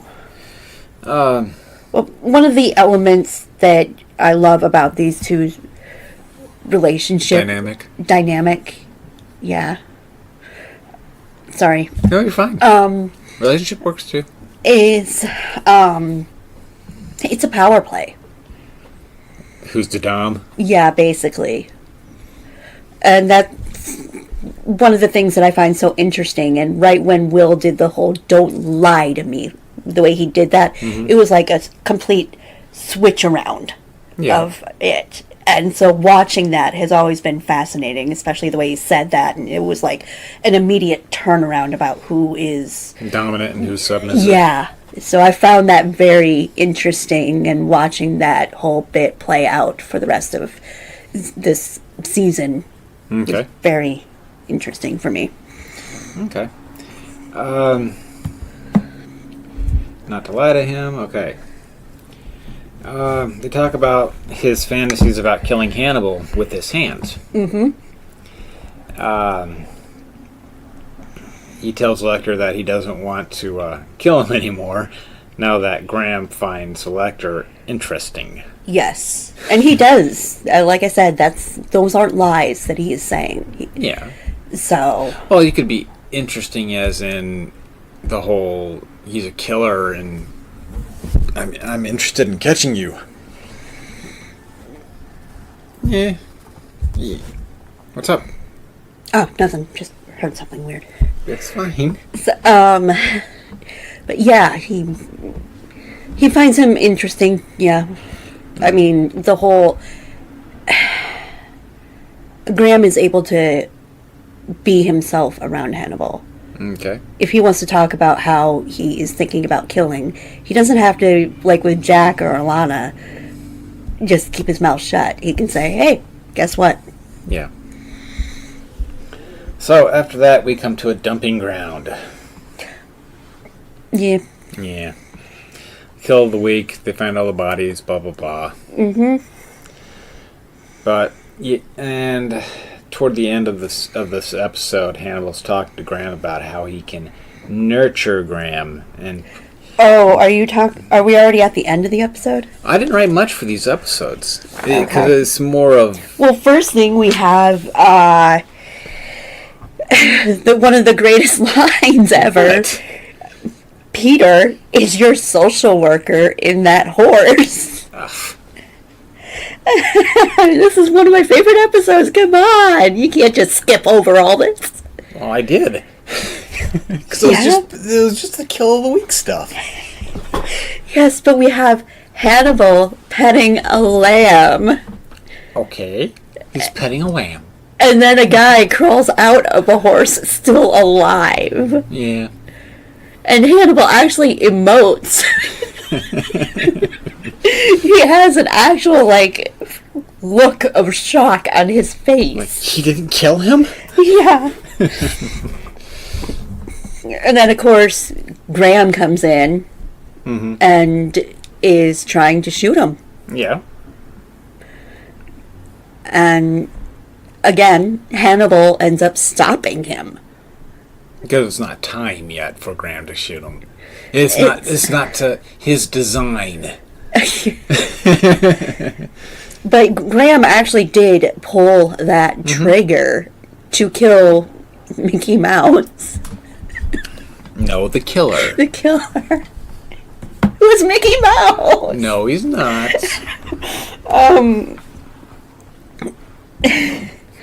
And then we have the whole best line from Everything Thomas Harris. With all my knowledge and intrusion, I could never entirely predict you. I can feed the caterpillar, whisper through the chrysalis, but what hatches follows its own nature and is beyond me.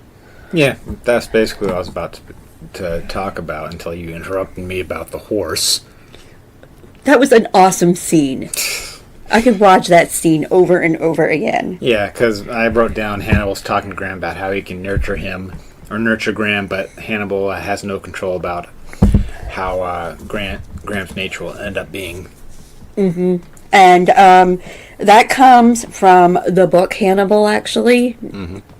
So, and that's where I first read it and fell in love with that line, and it was amazing. Okay. And I wasn't the only one who thought so, because apparently right afterwards is when Clarice and Hannibal consummate their relationship. How's that? What do you mean, how's that? What do you mean? Oh, you're talking about in the books. Yes. Okay. I'm thinking the movie. So, Okay. So that was the end of episode 8. Episode 9. whatever happened to the social worker? No one knows. Okay. We already had that one. I No know, one but knows. still, whatever happened to the social worker?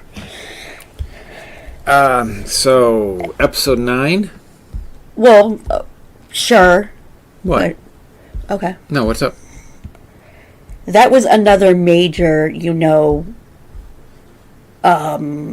undertones bit Okay.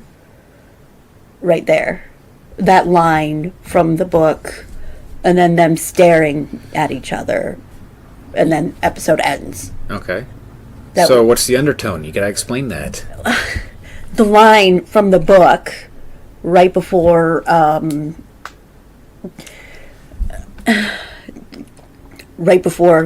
Hannibal and Clarice have sex is placed in right here in the show. Okay, so unless you read the books, you're not gonna You're not know going to catch it. Yes, there's going to be a lot of things like that. Okay. But also you have the fact that they just stood there, just Will, who can't look anybody in the eyes, just staring down each other. So, Okay.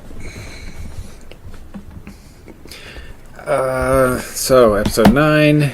okay. Shizakan? Shizakana? Something like that. I know I'm butchering that one. Basically, it's a side dish served in order to encourage the consumption of alcohol. Mm-hmm. Drink your beer. Okay, so Hannibal. This one's just gotten me all kind of what the fuck. Okay. Hannibal's tied up to a tree with a rope around his neck, like one of the looter victims. His second kill from Hannibal Rising. Yep. When he was a kid.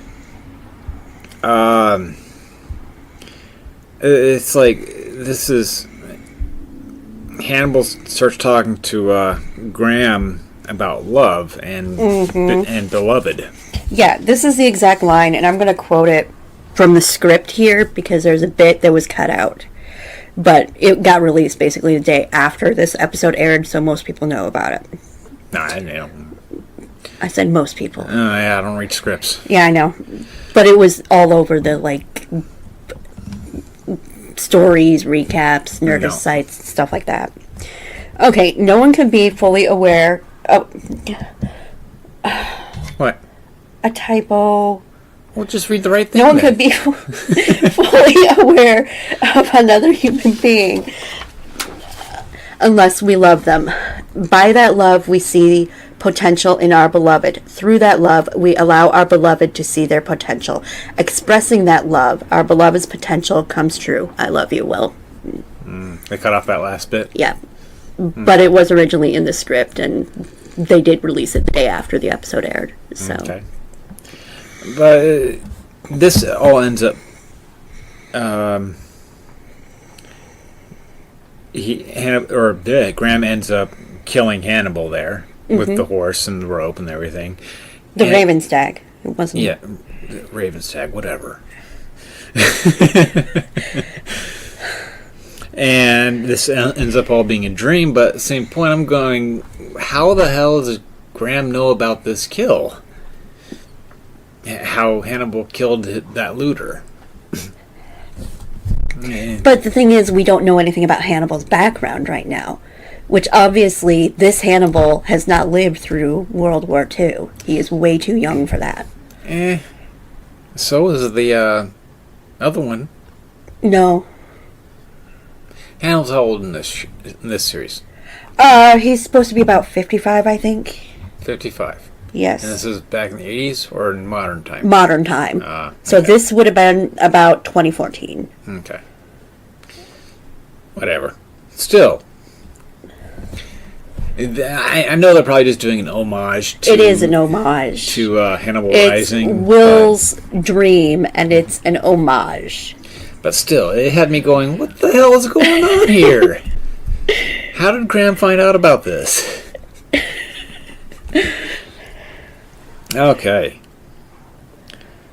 What was next? Something was killed. The Wendigo. Hannibal turns into the Wendigo in the dream as the rope tightens, and it basically... Okay, nobody can see my motions. Explain my motions here. Hands going up in an exploding motion. There we go. Okay. So, Hannibal's, not Hannibal.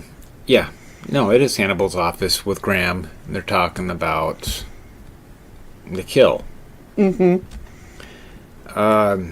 Well, also, Jack had dinner with Hannibal at one point during this, and Hannibal lets him know that Will is now officially his patient. Yep, not the FBI. Not the FBI's. Does that mean anything and everything they talk about now falls under doctor-patient confidentiality? So if they talk about... Yeah. That's why an he told added protection. I found that interesting. Yeah. So... That's why Hannibal let Jack know that. Okay. So Graham and Hannibal were talking about... that's what I wrote. What the fuck killed the trucker?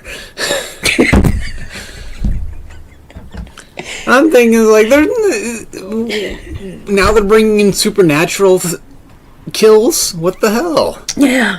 Because... It does seem like something out of the X-Files. Or supernatural. I spent all day listening Whatever. before this episode listening to Gillian Anderson, so trust me, my brain was on the X-Files. Okay. And what was that one about? If anybody listens to season 3, episode 1 commentary, be careful. It is not safe for work. Oh, season 3? Yeah. Okay. It is not safe for work. Okay.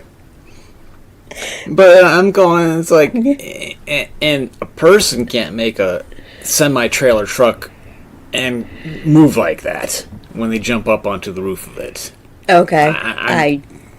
The way that that whole rig moved? Mm-hmm. No. Okay, so Trucker was killed. Yep. So Hannibal and Graham are having a session, and and Graham's talk about how it was like a quiet sense of power when he killed Hobbs. Yeah. And when it came to the social worker, it felt like a missed opportunity of that feeling. Yes. So it was more regret there. Yeah. He also says one of his best things ever with the whole adapt, evolve, become. One of my favorite moments in there. Obviously. Yeah. I have it literally tattooed on my arm. I know. I know you know. Okay. So they're finding from the tooth cast or teeth cast that they got, it was some wolf bear thing that did the killing. Yeah. Also, it is, if you don't already know this saying that's out there, this saying was brought up also, that man is the only creature that kills just to kill. Yeah. Unless rabies is involved. Well, yeah. I Yeah. forgot to take rabies into account. But that's more of your own free will. Man is the only creature that kills just to kill. Yep. So, we find out that this wolf bear thing is a man-made machine hood hydraulic thingy. I don't know what to call it. Yeah, it's some type of upper torso body suit. Yeah, I don't know what to call it. Yeah. So, we find out that it's not an actual supernatural thing. Yep. It's just mechanical. Yep. So, at this point in the series or the show, this is where I realized that Graham's hair has noticeably gotten nicer. He's more groomed. Probably wearing better aftershave. Just so he can get closer and dangle the bait in front of Hannibal. Shut up! That look of yours. No, that was not to be an innuendo.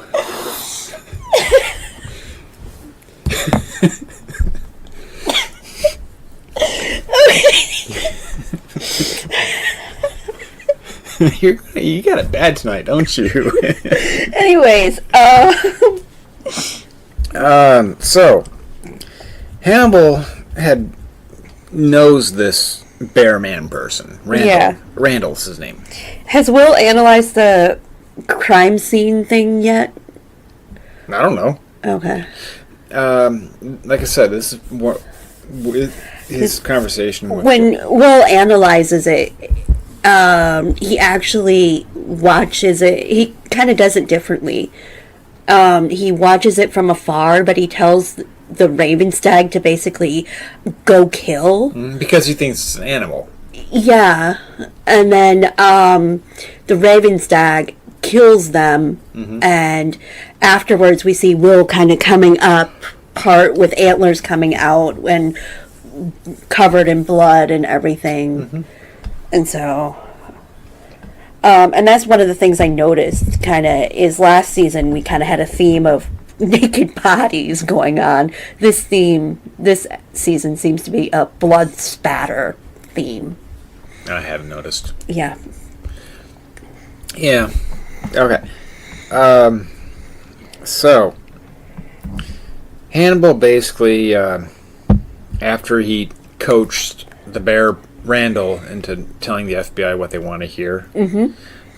He rounded up Randall and brought him to Graham's house. Yep.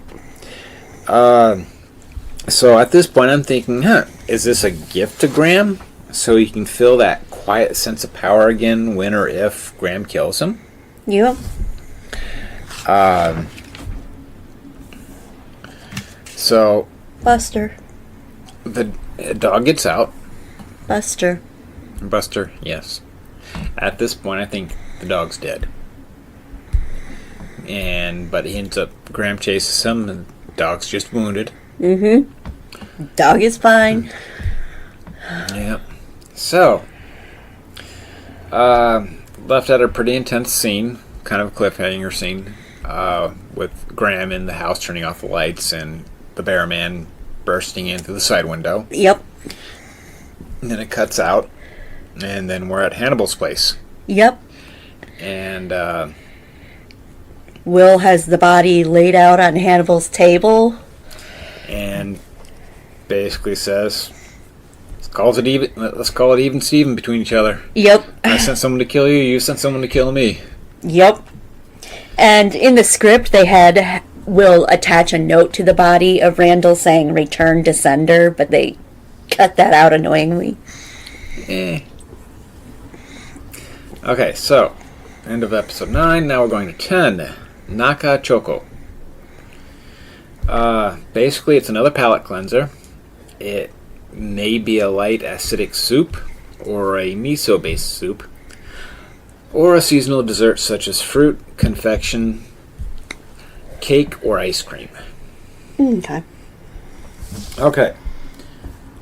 So, we actually see the rest of Will's interpretation of the fight with the bear man. Yeah, because it jumps through the window. It is the Raven Stag.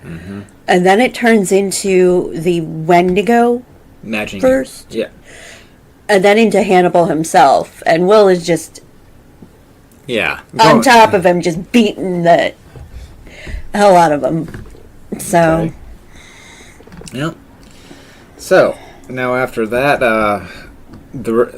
once we figure out what happened with that fight, we're back at Hannibal's. With Randall on the table. And Graham saying killing him with his hands was intimate. and that's where another using words like intimate and stuff like that is another Victorian age thing for when kind of doing the whole innuendo thing here. Intimate fantasies, euphoric, any kind of water or fluidity type things could be innuendo. Okay. And we also see Hannibal gently taking care of Graham's wounded hands. Yes. And As yes, we're so Brian gently- Fuller intended that to be very, very... Sensual. He used the word erotic. Sensual and erotic basically goes hand in hand, though. Yeah, I'm just using the exact word Brian Fuller used, so that okay. way... And after he gets him all bandaged up, Hannibal asks how Graham will repay his debt to Randall. Yes. For making Graham feel so powerful while killing him, basically. So, at this time, I'm thinking, is this the first step of Graham starting cannibalism? Is Hannibal pointing him in that direction? And then it's like, oh, they dismembered the body and grafted Randall onto one of the fossilized skeletons. That was cool. That really did look kind of cool. It did look cool, yeah. But yeah, it was basically Will's first field kabuki. Yep. Because during the investigation with the byplay between Graham and Hannibal, it's just so blatantly, especially doing it in front of Jack. And it's like, no, Jack's a lot smarter than what you guys think. And it's Well, Will... no. I don't really know how to answer that yet.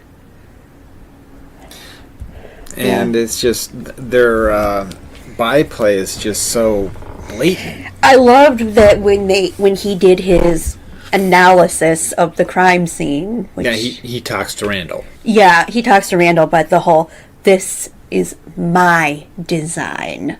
Because it's like, yes, this one is. Yep, because he didn't see a killer, he was just talking to his victim. Yes, and Randall tries to tell him, this is your becoming. Mm-hmm. And so that was... Yeah. And we got the sexy redhead back. Yes, we got Lowndes. They're sitting down. She's sitting down with an interview with Graham to talk about the Ripper, and she believes that fucking Chilton was not the Ripper, and tries to dig more info out of Graham about who it could be. Yep. And then we go to a scene with Mason and his sister. Yes, dog food Mason. Dog food Mason. In the book, he gets turned into... Hannibal has him feed his face to dogs. So instead of, like, you with fucking Chilton, I'm doing dog food Mason. Oh, okay. Because I hate him. I hate him. I hate him. I hate him. I hate him. I cannot say that enough. Okay. Basically in this scene, he's threatening his sister with feeding her to pigs. Yeah. Even though he doesn't say... It's not pointed... He's basically saying, it's not meant for you, but...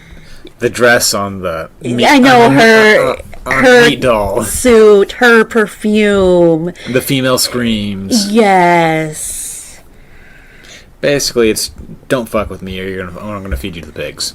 Yeah. And she can't just simply kill Mason because then she gets nothing. She gets absolutely nothing. Yeah, whatsoever. Mm-hmm. And yeah. And then we see Mason's sister hitting on Graham. Yes. And it's like, really? So at this scene, everyone's getting laid. Okay. Yeah. The theremin. Oh my gosh. You thought Ghost was hot, seeing that theremin just blows that out of the water. For you, at least. And then Rob kindly gave me a jump scare. Hey, I just wanted to see what happened.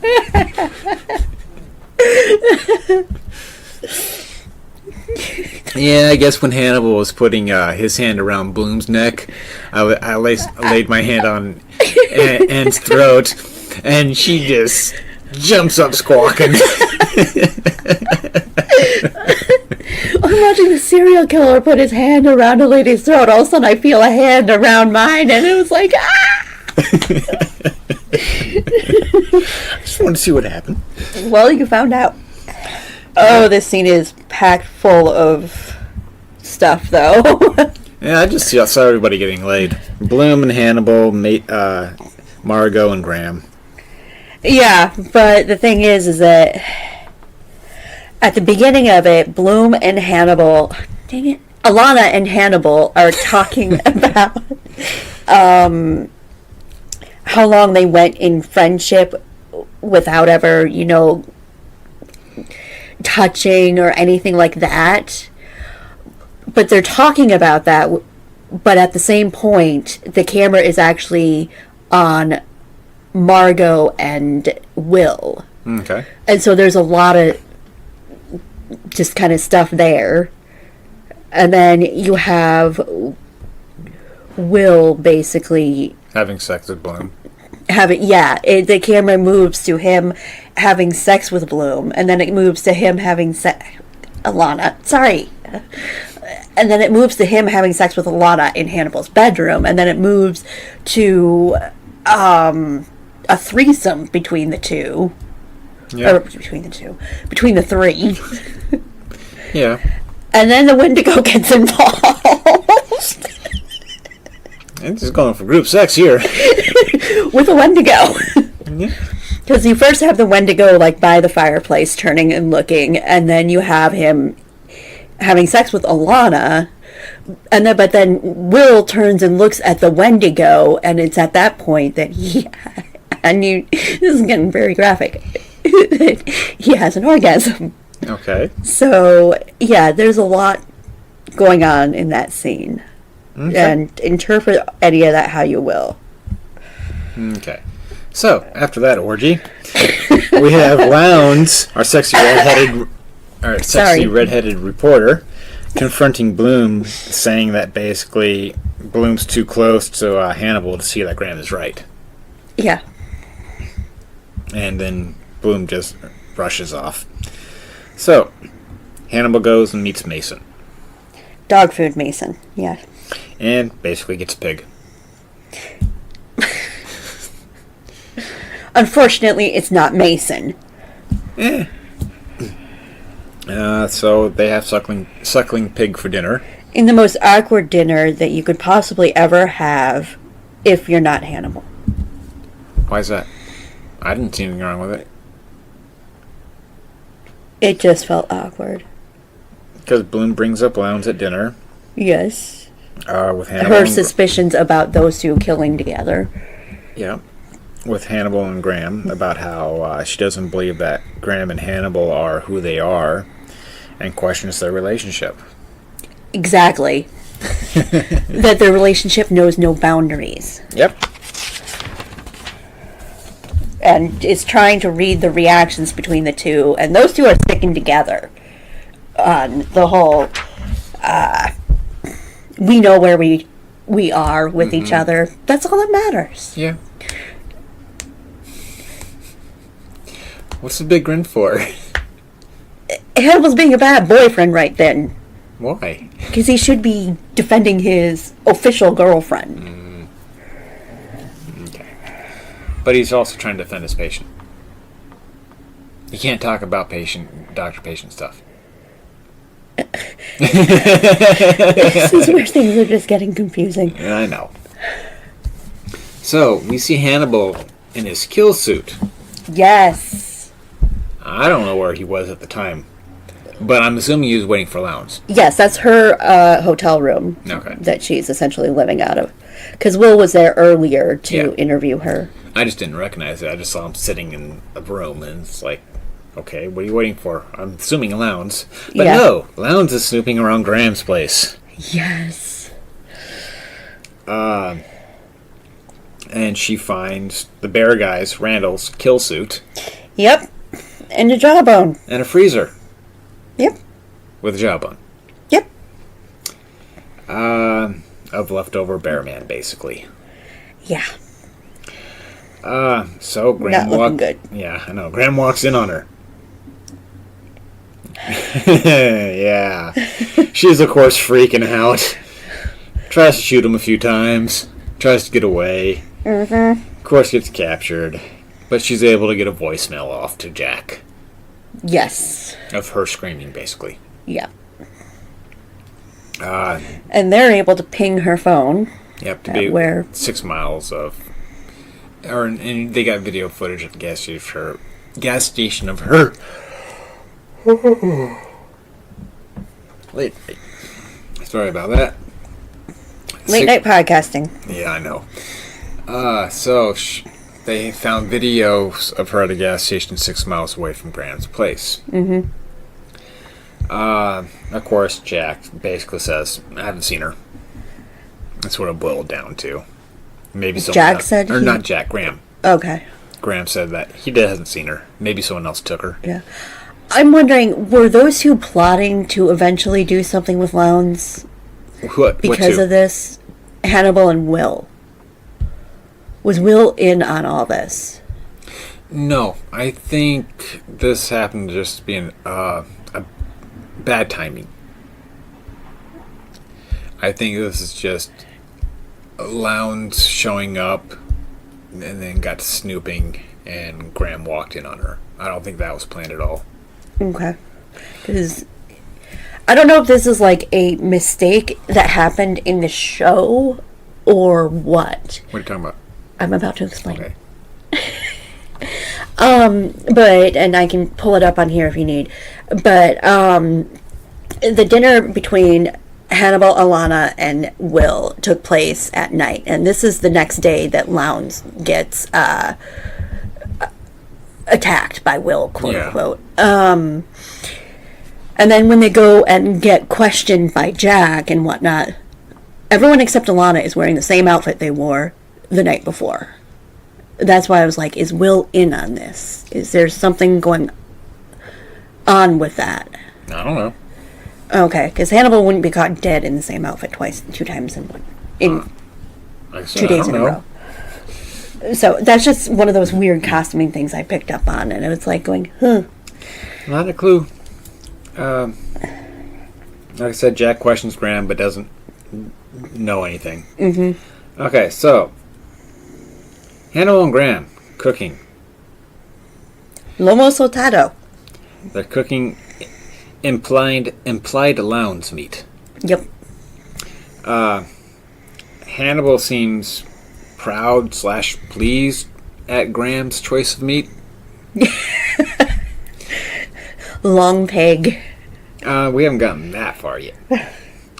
Well, he doesn't quite know what it is. Yeah, I know. It's like, but it doesn't seem like Hannibal made the connection that it was really supposed to be human meat. Yeah. Until the meal, and questioned Graham about what it was, and Graham basically said long pig. Mm-hmm. Innuendo for human. And what? It's innuendo for human, basically. Yes. But my thoughts on all that is, I think Lowndes was actually put into protective custody. Okay. Because Jack and Graham are playing the long game with Hannibal. Yes. Yeah. And so in order to actually shut Lowndes up, because there's no way she's going to keep her mouth shut about this, they put her into protective custody. Yep. And locked her away, basically. Now, if Graham should really use human meat, medical cadaver is the only thing I can think of. Really? Yeah. Okay. Because I don't think he's going to use the Bear Man thing. Why not? Randall. Because remember his palate? Or Hannibal's palate? Yeah. It's too refined. He said that this guy died in fear. Or this person died of fear. Or with fear, I guess. Yeah. I don't think this bear dude died from fear. Okay. Okay, so since we're getting crunched for time, there's a lot more stuff we wanted to get into about these episodes and some of the undertones that are going on. So we're going to call it a night here and start up a different podcast to go more in depth on that. Yep.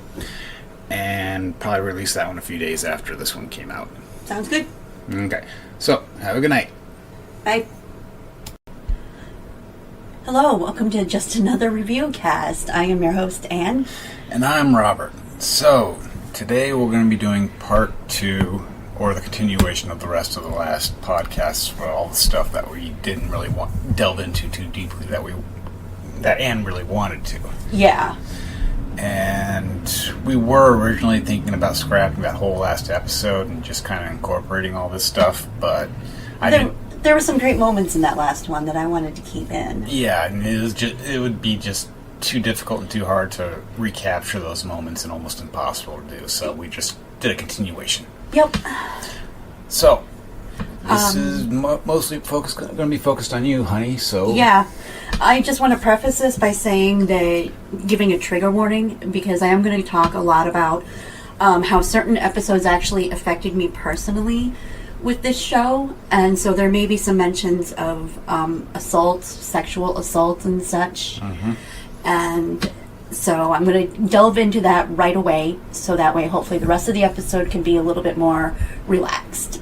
Yeah, we'll see. So, okay, first off, we are going to talk about an organization called RAIN. RAIN is a national resource for sexual assault survivors and their loved ones.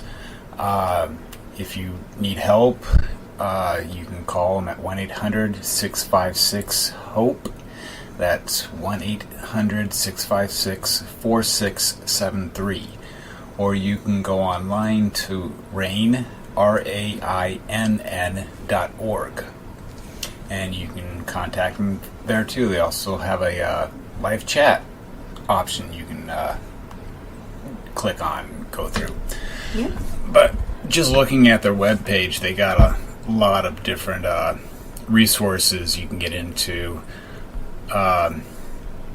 And a lot of it's specialized. They got Asian, Native, Hawaiian, Pacific Islander survivors, Black survivors, child abuse, sexual abuse, college students, domestic dating, and intimate partner violence. Human trafficking. Immigrant survivors, incest, indigenous survivors, Latin survivors, and other legal resources.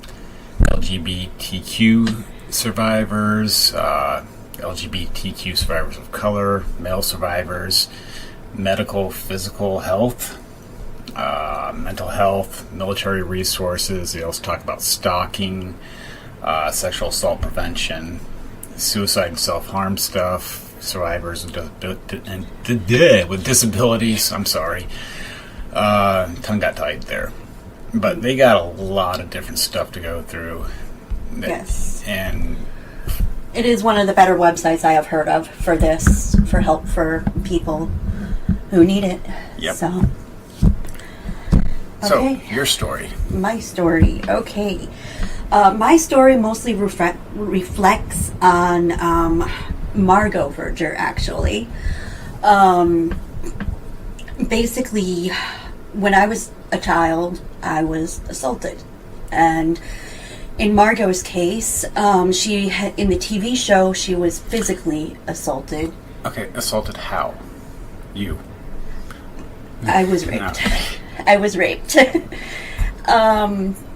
And in the book, that was also the case with Margot. They turned it into physical violence for the TV show, just because they didn't really want to talk too much about it. And they're not trying to avoid it, but they don't want to trigger people who have had to survive it, is their issue. And honestly, I was very thankful for that. Hannibal tells her basically what happened to her was no more her fault than if she was attacked by a mad dog. I have been through numerous psychiatrists, and not a single one of them had told me that it was ever my fault. That they never told me it was not my fault. The first time I heard that was from a TV show psychiatrist, Hannibal Lecter. And it is never their fault if they get assaulted. No, it's never. It's not. It's the assaultee's fault. Okay, that was the right. That's what it'll work. Okay. Attacker. Yeah, the attacker's fault. They can't blame it on, she was too provocative or he was too provocative. No. But the thing is that even if it does happen, the fact that I had to go so many decades, actually, without ever hearing those words from even professionals, the fact that that's something that needs to be said more often. Yeah, it's not your fault. You never know. You may think someone has said it to them. They may not have. Yeah. And if you have been assaulted, it really isn't it's not your fault. Yes, exactly. Most of them would just basically talk about what you need to do is forgive, so that way you can move on. Maybe that's a tactic they're taught. I don't know how that works. It did not work for me. I went decades without people being able to touch me without me wanting to either attack them myself or run away. So Hannibal also says to Margot, it is okay to hate them. And that was other words I needed to hear. Yep. That there were other paths I could go down. And I was allowed myself in that moment to have just a few moments of hate, and it felt like the world started to lift from my shoulders because of it. Yep. I started feeling like I could actually move on from that point.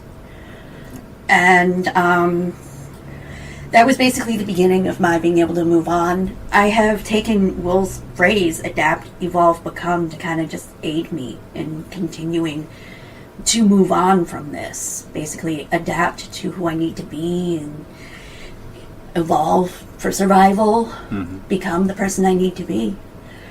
And also this is my design. I take that as, this is who I am. Accept it. Yep. So, and I actually have it tattooed on my arm to help me. Good. So. There are a couple of things I kind of want to touch on. The time frame in which you were assaulted, it was honestly a crappy time frame for children. It was during an age where children are meant to be seen and not heard. And a lot of times people wouldn't listen to them. And didn't believe the children because they would always think that children or kids were lying. Yeah. To get out of stuff. Yeah, but I also did not.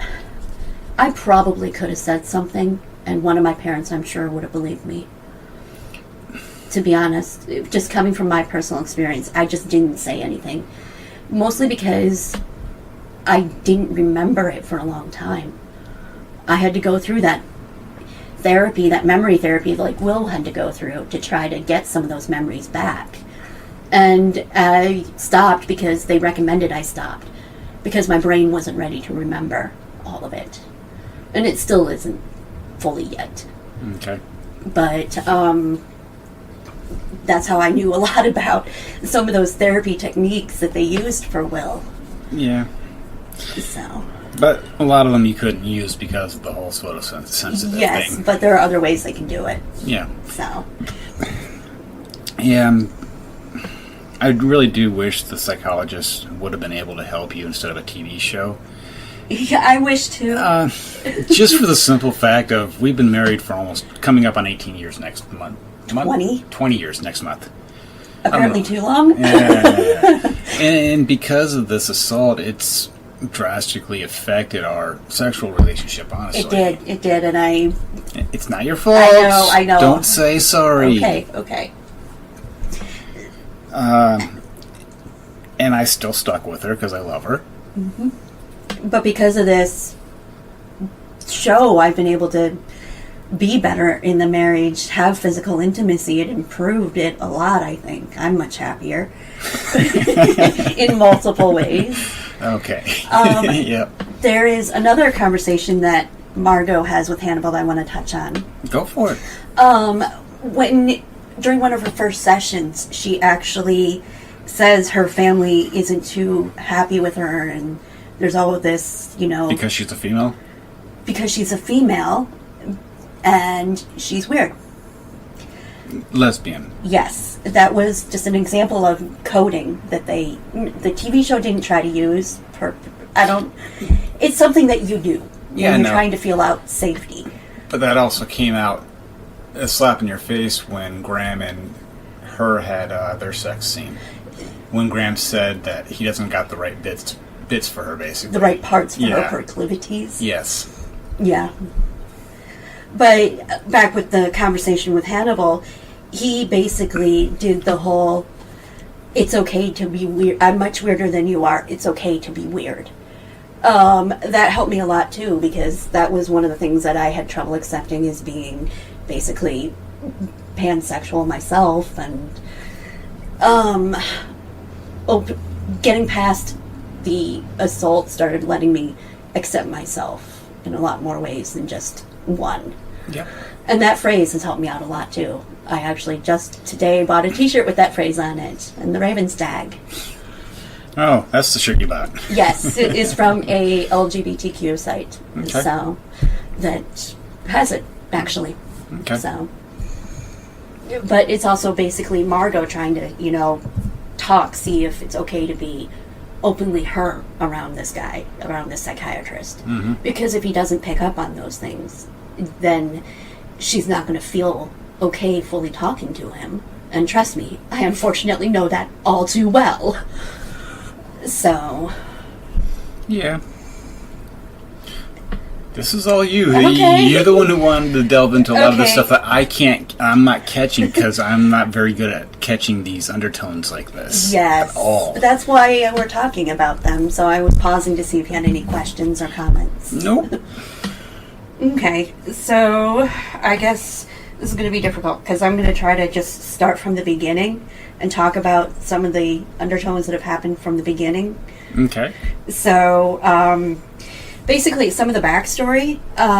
Brian Fuller had originally intended for Will and Hannibal to develop a more brotherly friendship, but that ended almost immediately because the chemistry between Hugh Dancy and Mads Mikkelsen just wasn't playing off real brotherly. And they are actually really good friends in real life, have been for decades by the time they started filming Hannibal. Okay. So it just kind of picked up on that, and when the micro expressions they're able to do, having to get the camera up close and everything, it just kind of, things came out a little bit differently than intended. And so they just decided to kind of, okay, let's go with this. Let's see what happens, basically. And by season 2, they realized that that the fans were picking up on this and everything as well. So they're like, okay, we'll play with this a little bit more. Hannibal and Will are very well established characters outside of the TV show. Oh, yeah. So trying to do a full-on in-your-face relationship with them is really pushing boundaries and stuff. And about half the fans were not okay with that idea because of that. Well, So, I honestly believe a lot of that is because of the culture in the United States at the time. somewhat. A lot of it also has to do with people don't like their characters changing that drastically. Okay, but Will's changing this way in order to lure in Hannibal, though, isn't he? Don't shake your head. You gotta talk. No. And I'm going to get into that. Okay. So, I just want to get to the backstory behind the scenes and whatnot.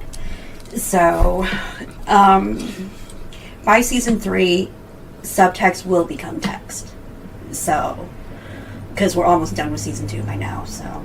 Yeah, no, we still have 3 episodes to watch, though. Yeah, but subtext will become text. So, Okay. but never anything physical. Most people know this by now. So, I don't know anything. I haven't seen any spoilers. I haven't read any spoilers. Okay. I haven't even really seen any memes unless you've shown it to me, and I've already been past that area. Yes.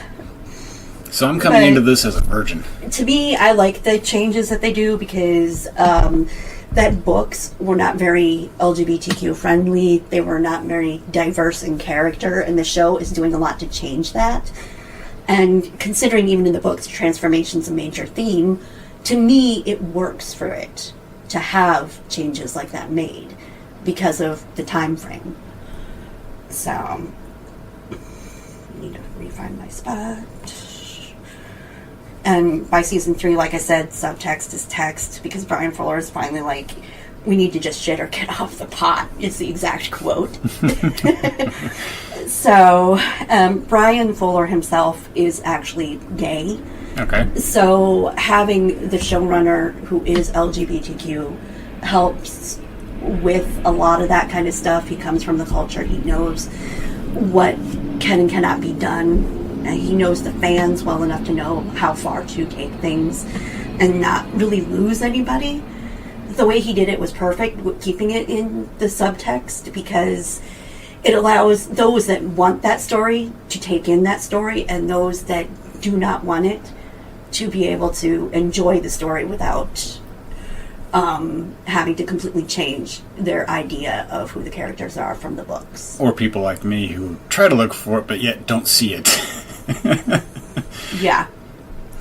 And that's why I'm doing this, because you never know. Yeah. There's a lot of people that don't catch it until the very end. So. Okay. And I broke the news to you because I was like, no, we got to talk about this. Sure, spoil it for me. Yeah, well, I wasn't going to wait until the final episode. So. Why not? Then you get that big old reaction. What? They were gay? They were lovers? So basically, starting back at the beginning from season 1, Hannibal, like in the books, was able to figure out pretty quickly that Will was going to be his downfall. And in the books, he basically, before he actually gets caught by Will, has already destroyed all his patients' files and everything. So he was already able to kind of figure him out that quickly. And that is why he kept him real close at first in the show. Is because he could figure out that this guy can catch me. And why'd he stick around then? why'd he stay in Baltimore? Why'd he stick around Will then? He had his life there. Well, you stick around Will because, like, what you see him do. He manipulates him. So that way he knows exactly where everything is in finding him. He can keep his life and keep investigating himself. He's already picked up and moved how many times, though, probably in the past? Only because he's still going by his original name, so not that much. Only out of necessity for education or work, just like any other normal person would. Okay. So, because he's still going by Hannibal Lecter. Okay. So, has never had to change his name or anything, so.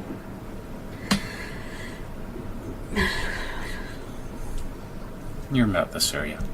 Somewhere around there. Okay. Thanks. Downfall. There you go. Yes. But basically, he destroyed the files for privacy for his patients, because he knew the FBI was going to go through them all. Yeah. And he does respect privacy. So, and he also stuck near Will because he notices that darkness in him, basically, and that intrigued him. And then when Will admits immediately to enjoying killing Hobbs, more intrigue, how can he mess with this now? Okay. I mean, everything just kind of starts with the whole attempting to kind of pretend to be friends, but things just sort of go off course. So he starts basically trying to plan that whole him and Will and Abigail thing by episode 4. And then when he's making those high life eggs, it was Will he intended to show up for dinner, not Alana. He actually wasn't too happy about that one. Yeah. I can't remember if I talked about that. So, basically, they're little things that you can watch. One fun moment Maz actually did to see if anybody would catch is in episode 4. Will was looking at something on Hannibal's desk, and Maz purposely used his micro expressions to actually check out Will's butt at one moment. Once I saw that, I was never able to unsee that. Now no one else. What? And now no one else will be. Oh, many people have. No. There's tons of memes of that. So, as Will starts getting closer to realizing he's the Chesapeake Ripper, he starts realizing he has to do something. Normally just kill them is an option, but he was getting too close to friendship with Will that he wasn't able to do that. So, that he was getting deeper feelings at this point, I don't know. So, but just some of the things from Will's side, he doesn't have that much family that we ever meet. We know from the book his father's dead. I can't remember if he said that in the show. Nope. Okay, but that's it. He never knew his mother, no siblings. Yeah, he never mentions his family, really. Yeah, and the only friends we see him are is maybe Jack, Alana, and Hannibal. No, he's got a lot of friends. And the dogs. There you go. Can't forget the dogs. Okay, and the dogs. But basically, he starts opening up to Hannibal. Nobody at that, almost by episode 3, knows him better, because he opens up to Hannibal about enjoying killing Hobbs. So he doesn't have to hide who he is. And so that's a kind of friendship that he probably hasn't really had yet. Because... Keep talking. It's okay. Who knows? So, sorry. Next page. Yeah, no kidding. I have so many. The next real scene is the ambulance scene. Do you remember that in Sorbet? There's a few ambulance scenes. When Hannibal does the emergency surgery. Okay, so the botched up surgeon. Yes. Got it. Will ends up just kind of staring in there. Yeah. We can't quite tell if is this guy have the profile of the Chesapeake Ripper or what. Yeah. But it is purposely supposed to be ambiguous about what he is realizing at that moment. And then immediately afterwards, he starts bringing that bottle of wine, crashing the party, and kind of, as other people have said, acting real shy boy. So that's another hint that there are some deepening feelings from Will's point of view. I thought it was just him putting together he's the Ripper. It's probably a mixture, Nah. to be honest. And then there's the fromage scene. Cheese scene? Yes. The cheese episode. The cheese episodes. You wear the cheese. The cheese does not wear you. That is a Buffy reference if anybody else watches Buffy. Basically, after Hannibal gets attacked by Tobias Budge, and then they're investigating everything, cleaning up the now crime scene that is his office. The script actually has Will staring at Hannibal and helping clean up his forehead. But it also states that afterwards and this part is in the show, they just kind of eye each other with a uncomfortable camaraderie, using exact quotes. So, therefore, the fact that Will was getting this close to Hannibal is more the major betrayal of finding out who he truly is, basically. So, and a lot of it at this point is still just kind of based off of micro expressions. It's when we get to season 2 that things start kind of Heating up? Yeah.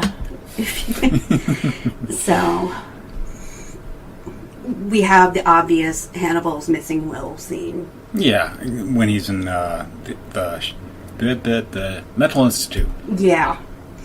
So, basically, once Hannibal realizes that Will is willing to go to the lengths to try and kill him, after Will tried to have Hannibal killed. His heart being skewered. Yeah, his heart being skewered. He's even more intrigued by him. It's Hannibal. His idea of things are not going to be the same as... This could be like his equivalent of a box of chocolates. Yes, basically. I like that reference. What? The box of chocolates. And that's when his feelings definitely start going from friendship to more romantic. So, that was kind of that main point. He goes on to kill Sheldon Isley and display him in the image of Saint Sebastian, the patron saint of martyrs. He is also the patron saint of anybody who is LGBTQ. When did that happen? It's 19th century, actually. Okay. It's been that way for about that long. Not very well publicized. Well... Yeah, I know. So, but that is another aspect of the imagery and whatnot in there. So, it's kind of starting to crop up 19th century type stuff. As Will starts to play the game with Hannibal, basically, Hannibal becomes more in love with him, allowing Will to take the control, basically. Everything that Will talks about to him is basically the truth, the whole enjoying killing and all that kind of stuff. He isn't using any sort of lies because Hannibal will basically catch on to that very quickly. One aspect thing that I seem to kind of pick up on is he really, at this point, Will is able to control almost Hannibal and is kind of enjoying that ability to manipulate a manipulator, basically. I mean, realizing you have what it takes to do that is interesting. Okay. So,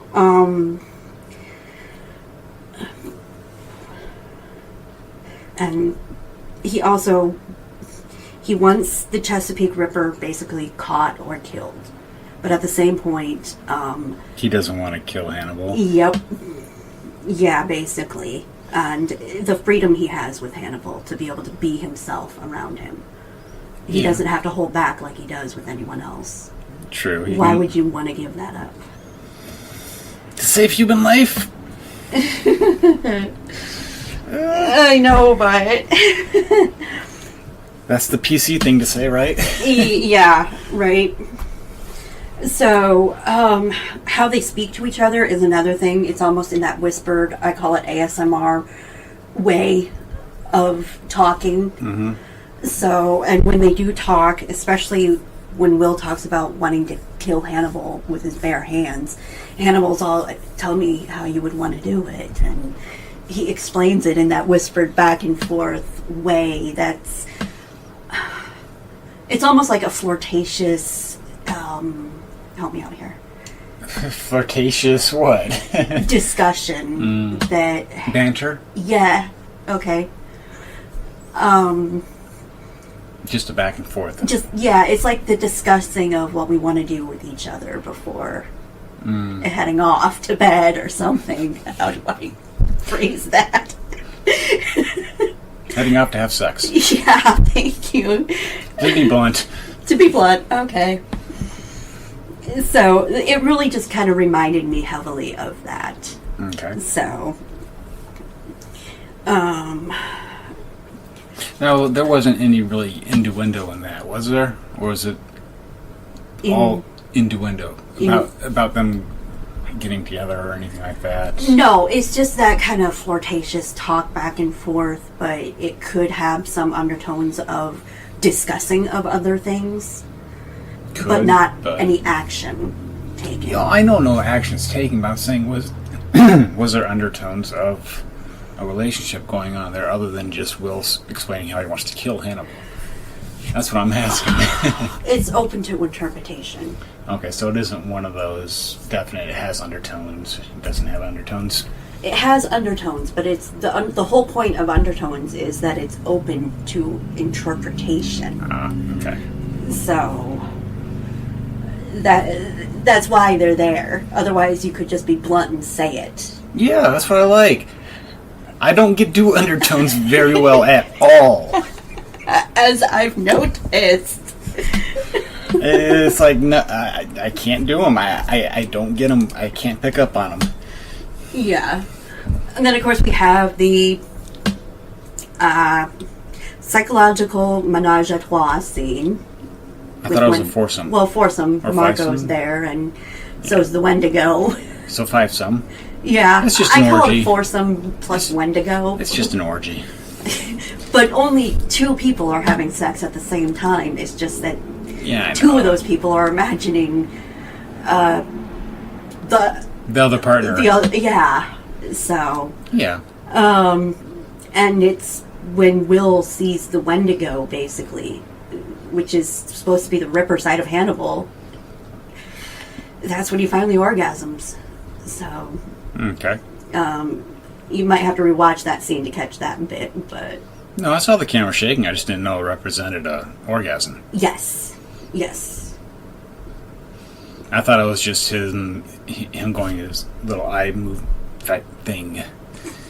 That's all. I So didn't think. you thought it was like the pendulum? No, not pendulum. I thought it was just, you know how the camera vibrates during a weird scene or whatnot to give it special effects, and I thought it was just one of those. What would the special effects be? I You're don't in the middle know. of having sex. It's in his head.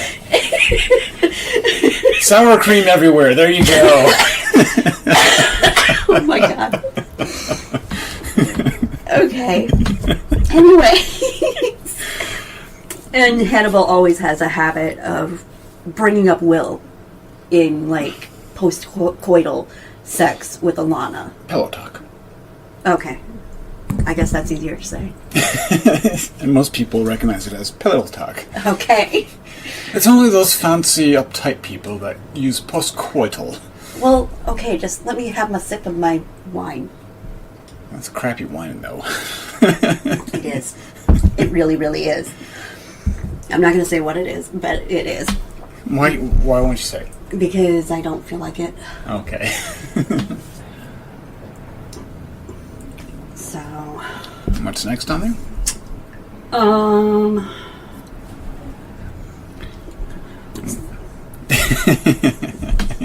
You're lost! I'm lost again. Oh, well. So, I wanted to bring up on something about the Saint Sebastian. Okay.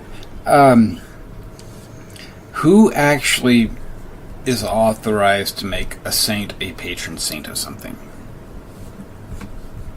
Do you know? Did you look into any of that? Honey, I'm Jewish.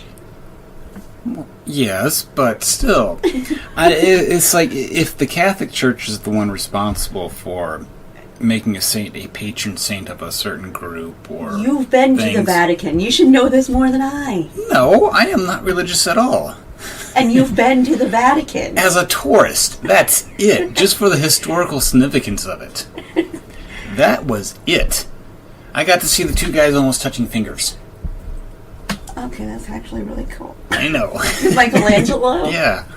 The ceiling one? Yeah. Yeah.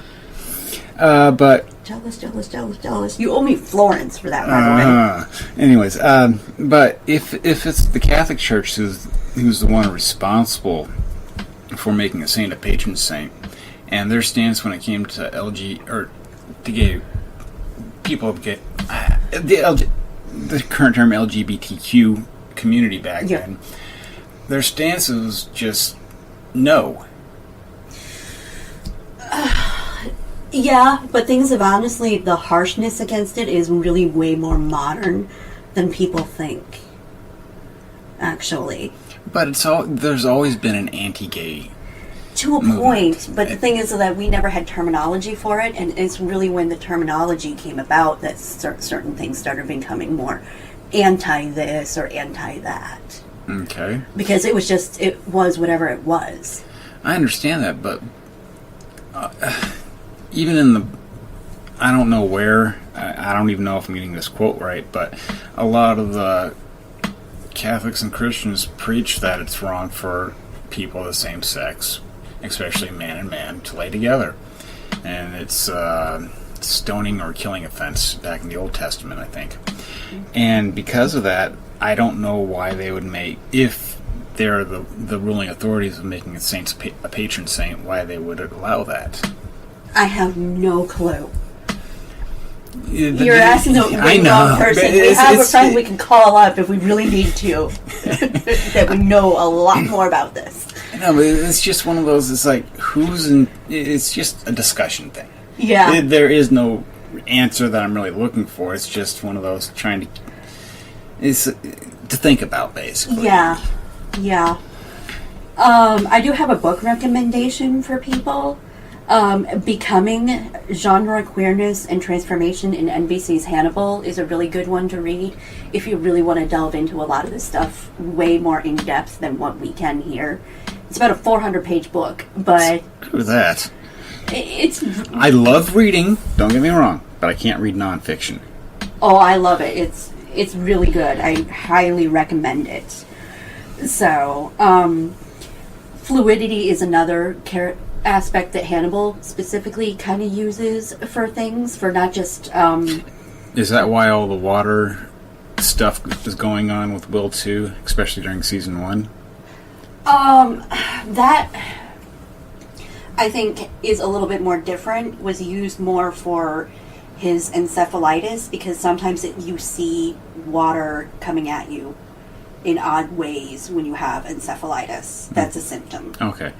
So that was used a little bit differently for season 1 Okay. because of that. Okay. I didn't know. I don't know any of the real stuff about the disease. And you were mentioning fluidity, and it just kind of popped in my head. Yeah, no, it's a really good question. I'm glad you asked it, because I never made that connection. I just know the connection with encephalitis. It might be a double thing, maybe. Or it could have been he's drowning underneath all the stress. Yeah. I mean, it can have a lot of Meaning. But fluidity, I don't just mean, water. I mean,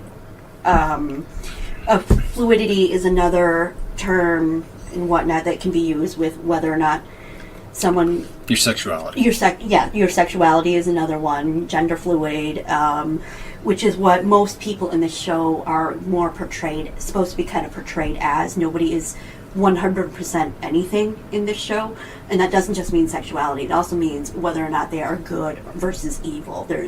Everybody is kind of in a gray area. The bad people have a good side.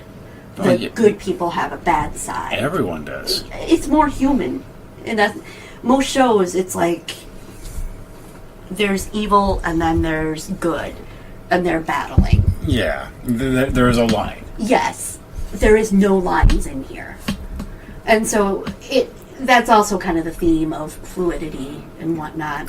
But we know Hannibal is a bad guy.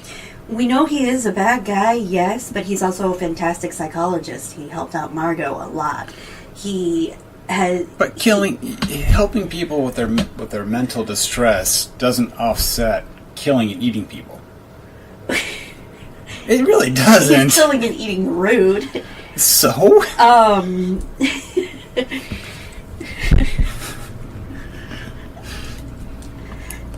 You're distracting me. So, no. Margot. Yeah, he does help her. He did not want to kill Franklin until he kind of had to. Franklin is which one again? The cheese guy. Oh, the cheese guy from the opera. Yeah. Okay. Opera patient. Yes, got it. Okay. Now I know who Franklin is. Yeah. Another thing that Hannibal does, and you only kind of they've only touched on this like a little bit, you only pick it up usually in the second watch of Hannibal, but his artwork, he has a habit of copying famous artwork, but placing faces of people he knows in them, and most of those people are going to be people he has been romantically attached to at some point. So. Okay, so is there a lot of faces in that artwork? What? Are there a lot of faces in those artworks? Yeah, I don't know what you mean, but... Well, you said romantically attached to. Yes. Well, like, at one point we have a picture of someone who looks a lot like Lady Murasaki. In Hannibal Rising, there is the possibility that they had a relationship. Well, yeah, it was kind of a given. Yeah. And at another point, there's a guy that he has done a charcoal sketch of that they kind of flip through real quick. And we're going to touch on more of his artwork. I don't know if I want to give a spoiler or not. I may, so that way people are able to catch it a little bit better. There is a picture that's going to come up in an upcoming episode. Which one? Tom 1. I think that's how you say it. It's episode 12. Okay. It's basically Achilles mourning the death of Patroclus. This is something that reminded me. I felt like I was watching Dorian Gray here. Basically, Achilles and Patroclus were lovers. And Hannibal has taken the drawing of Achilles and placed his own face there and replaced Patroclus with Will in it. Okay. And basically, when those two end up talking about the artwork that he is doing, and Hannibal talks about how Achilles wished that all Greeks would die so that way him and Patroclus can conquer Troy alone, basically. Okay. Discussions like that is heavily in Victorian culture, especially with those two characters from Greek mythology, to kind of be we are like a Romeo and Juliet. It's basically an ancient Romeo and Juliet type story. I honestly know almost nothing about the Achilles legends. The only thing I know is that he was a hero, and his only weakness was his Achilles tendon. Yeah. And that's all I know of his story. Okay. I know a lot of different Greek stuff. You know what? That. It's kind of annoying because they do portray Achilles and Patroclus in the movie Troy, but they're just good friends. They're not lovers like they're supposed to be. Well, yeah, because they don't want to get into a hot topic. But this movie came out at the same time as Alexander, which had that portrayal correct. Some producers don't want to step on that with mine.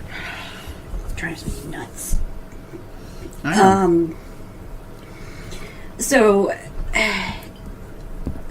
yeah, that's one of the scenes that's really, really interesting because of the whole...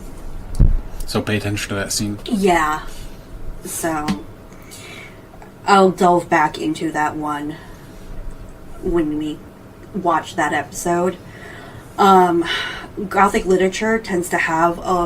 Hannibal's very gothic in his literature-like character.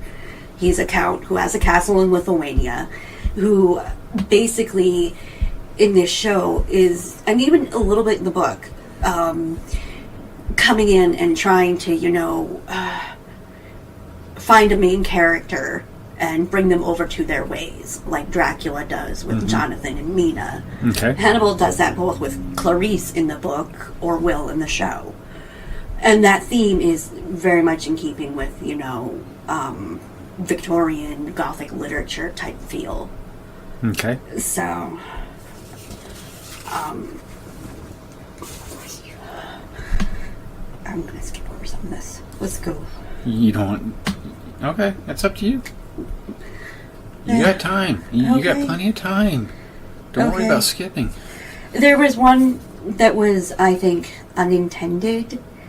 An unintended kind of innuendo that happened. Kind of like dangling bits? No, it was actually from season 1 during the whole patient zoning episode. You're patient zoned.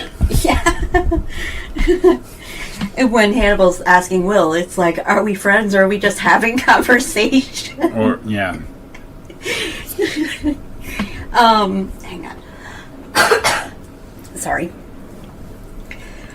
Basically, there was a mistake made in the show.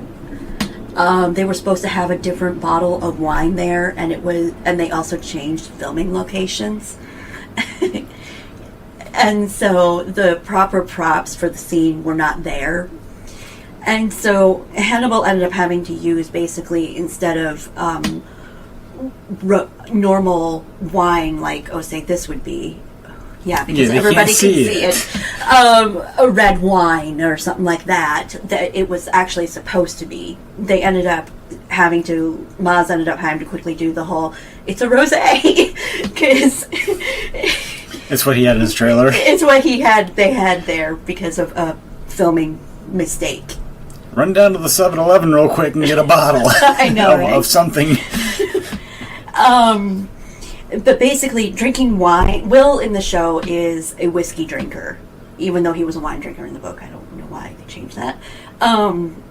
Because they can't have two wine snobs.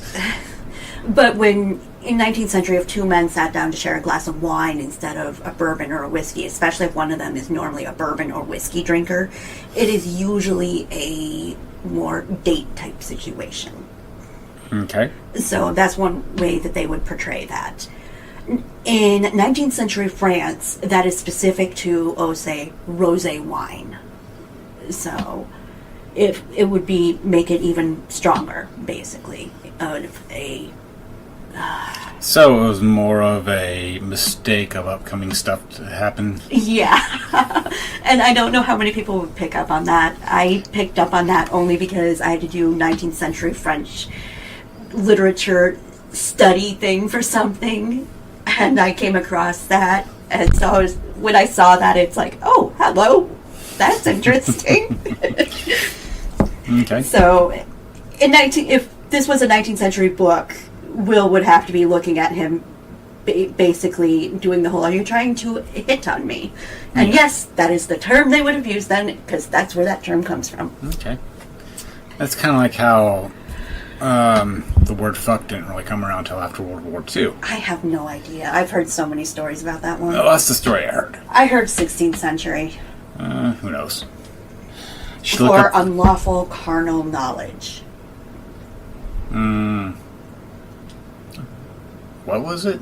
Oh, okay. You with me now? Yeah, it makes sense. I know. That's why I heard 16th century. Who knows? I don't think anybody actually knows. There's too many legends. Okay. Now, the next scene we're going to discuss, which is one you did see, because I made him sit down and watch it. Oh, yeah. The beginning of episode 12? 11. 11. They sit down to have dinner, and Hannibal has made ortolan bunting. Yeah, and she's trying to get me to do this, but not with ortolans, but with quail. Yeah, but we can't get a hold of quail, so we're going to have to use... Oh, we can. It's just really hard. Yeah, so we're going to have to use peeps. Yeah.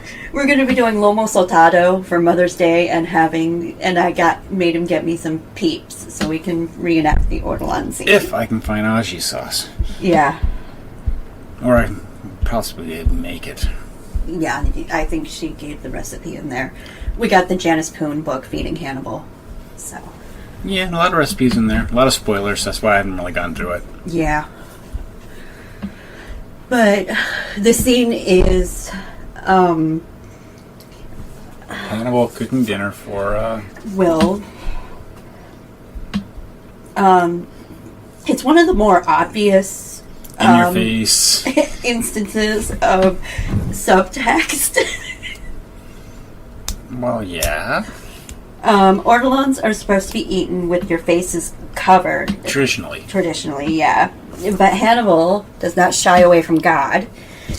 Because you're supposed to hide your face away from God while eating this bird for whatever reason. Because it is such a rare bird. It's a songbird. And so the shame of eating it. Okay. So... instead, they ended up not covering their faces. It is very much symbolic of fellatio. Yeah. The way they do it. Yep. Close-ups on the mouth, taking in the ortolan, then close-ups of the throats as they swallow. The ortolan whole, bones and all. Then we do the close-ups, eye rolls. Yeah, the eye reactions. The eye reactions that Will's heavily resembled an earlier scene. Mm-hmm. So... Yeah, you really like that scene. And that's the scene they got in trouble with when they aired. Yeah, I think, yeah.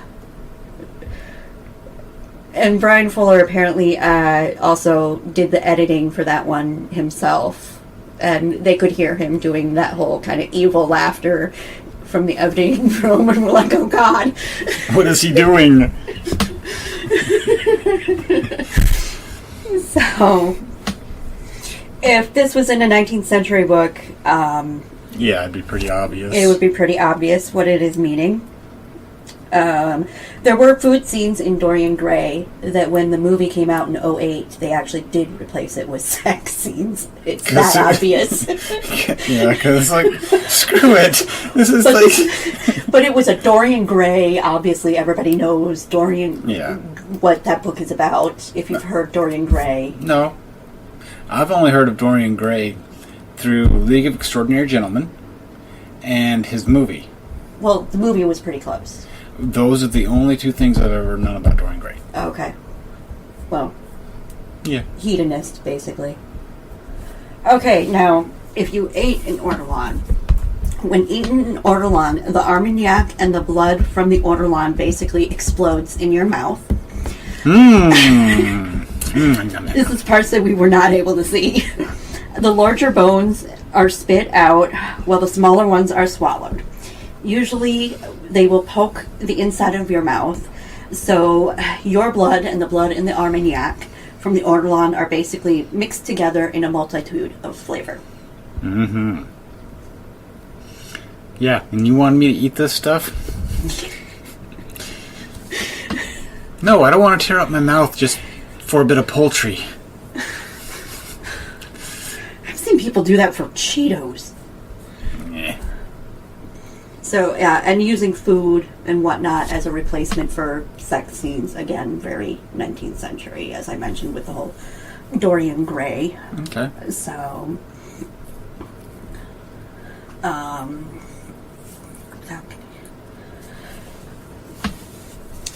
What's next? almost, okay. It don't matter. Basically, because of a lot of this stuff, the show has become actually very LGBTQ friendly, actually, because the characters are way more complicated than just, Bad guy, good guy. well, not even that, than just, the stereotypical lesbian or the stereotypical gay man, and it doesn't portray anything as cliche. Okay. Their characters are extremely in-depth and also happen to be either queer or fluid. So, Okay. and because of that, yeah, it has been noted for being very friendly. That's good.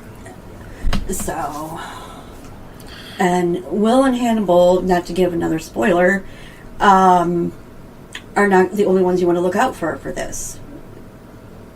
So, in Does season, Bloom and Margot good to get together? Big old grin from you. I like Margot. Well, I prefer Lowndes. You prefer Loud. Yeah, I know. So, but yeah, there's going to be some females who get together, Okay. And like I said, even in the show, they're going to end up getting acknowledged near the end as basically their nickname is going to end up becoming basically murder husbands. Okay. So that's another thing to kind of Look into. yeah. So, is there anything else you wanted to get into? Not right now without giving away too many spoilers. Yeah, because we've still got to finish the rest of this season and then watch season 3. Yes. So, season 4 comes out. I know that you said they were in talks last I heard from you. No clue. No clue still. Okay. So, if that's everything for this, I think that's everything unless you have any more questions or anything you need clarity on. no, that whole patron patron saints thing was my whole thing. Is like, because it's just, I'm still kind of curious about. It's like, how does this come to be? How do you become the patron saint of martyrs, or the LGBTQ in this sense, or patron saint? Is there a patron saint of murderers? I have no clue. Or cannibalism? Does Hannibal have a patron saint? I don't know. Yeah. Oh well. Okay, so we will. Well, I have one question for you. Oh. So, you finally saw the Ortolan scene. Yes.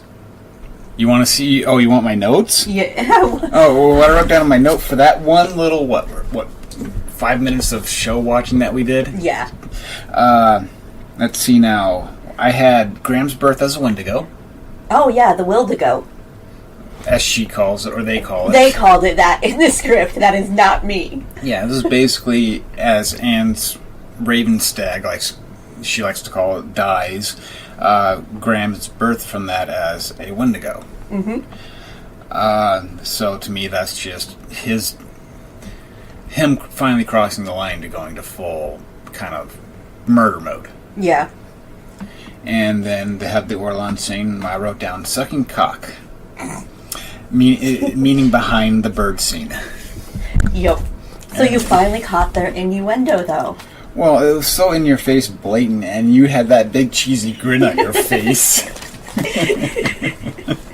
Well, what surprises me about that scene is that more people seem to be offended by the fact that Hannibal killed Ortolan. And I'm sitting here like, he's going around killing people. And eating them. And eating them, yeah. But yet, him portraying, it's all fantasy, of course, but him killing an Ortolan and eating it is upset some more. I don't get it. I know there's a lot of people out there who love nature and want to protect it and everything, and I fully agree also. It's just, in a fantasy show like this, it's just priorities. I know. You got a man killing and eating humans, or killing and eating an endangered little songbird. It's just my... I'm going to go with it's a little bit more important stopping him from eating humans. One thing I forgot to mention that we haven't really touched on yet, but we did discuss a couple episodes back. Okay. The whole... I did learn it back in a high school somewhere, or elementary school, that cannibalism is illegal in the United States. Yeah. And one of the reasons I was explained to as a kid was, other than it being ethically wrong, you can also catch disease if you eat human brains. Oh yeah, that Creutzfeldt-Jakob syndrome.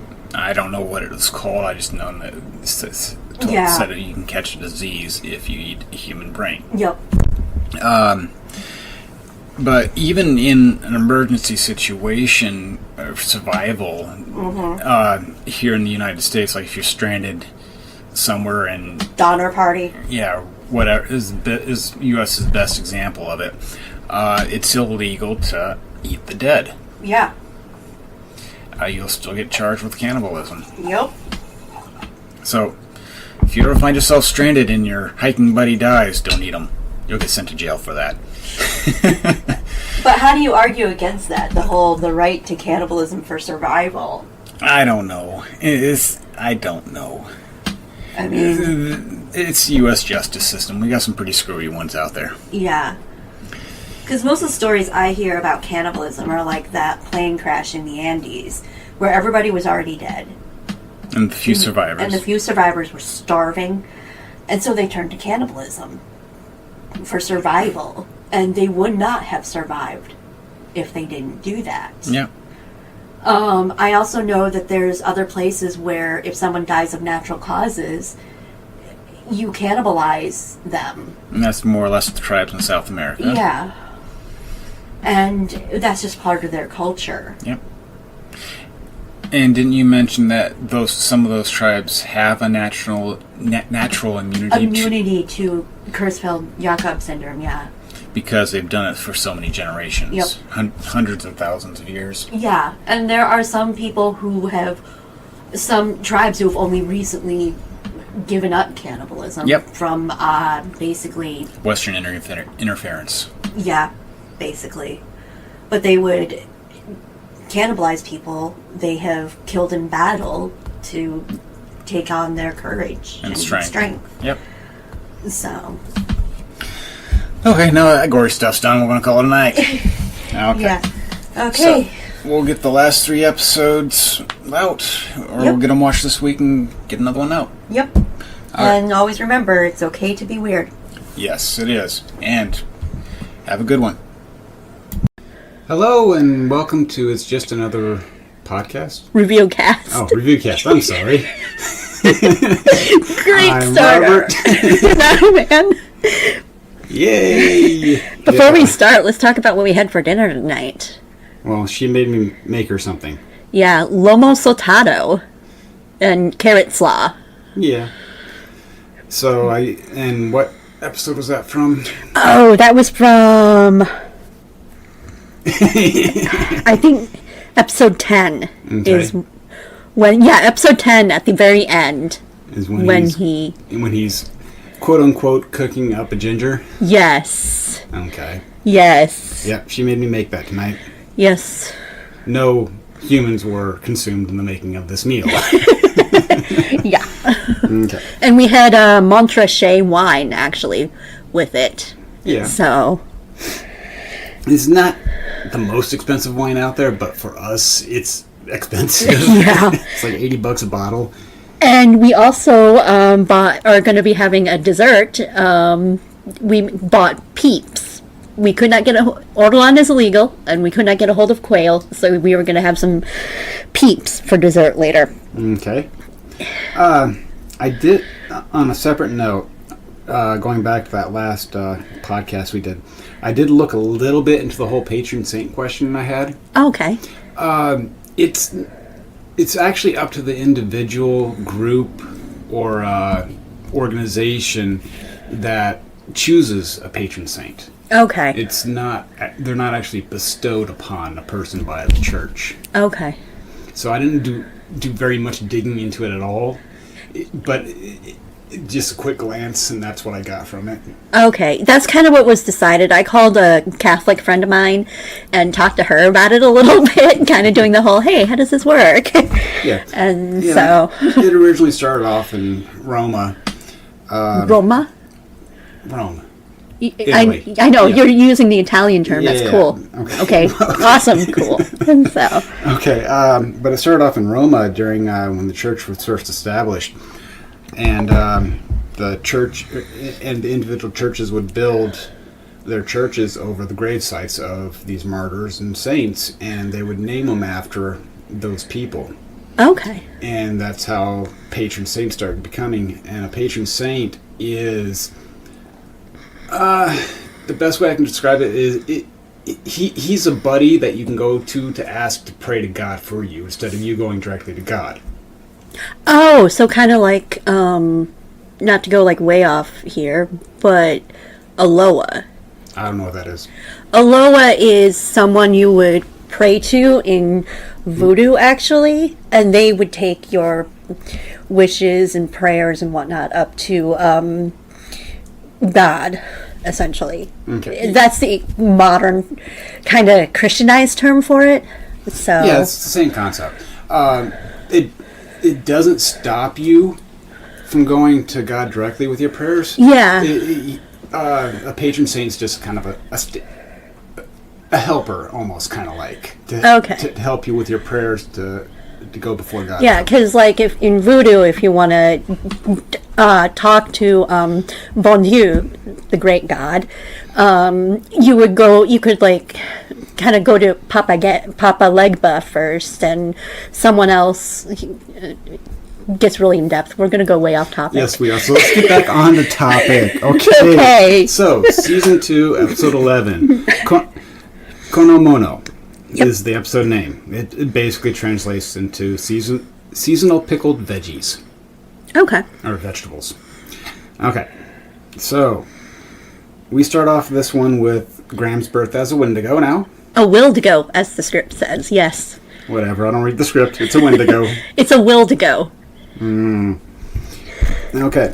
And we get into the whole Ortolan scene where it's basically an innuendo of fellatio between Graham and Hannibal. Yeah, that was very interesting. Food erotica?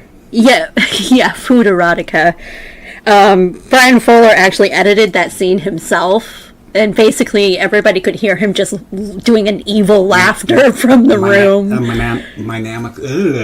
Maniacal? Yes. Okay. Maniacal laughing. Yes, and we're like, oh no, what is happening? And for the Ortolan, they used marzipan, and apparently Maz Mikkelsen and Hugh Dancy both hate marzipan, so they're having to make these just sensual faces while eating food they absolutely detest. Well, I don't think I've ever had marzipan, so I don't know if I would like it or not. I've had it, and it is really, really bad. I don't think I could do it. Okay, so after that, we go through the whole parking garage fire wheelchair thing with Lowndes. Yes, very much right out of Manhunter, actually. Yep. Yeah. So everyone thinks Lowndes is dead. Mm-hmm. And they talk about Lowndes and how she had to burn and why she had to burn. Yeah. Because of all the people she burnt in her articles? Yep. And they found the missing meat. Yep. On her back. Yep.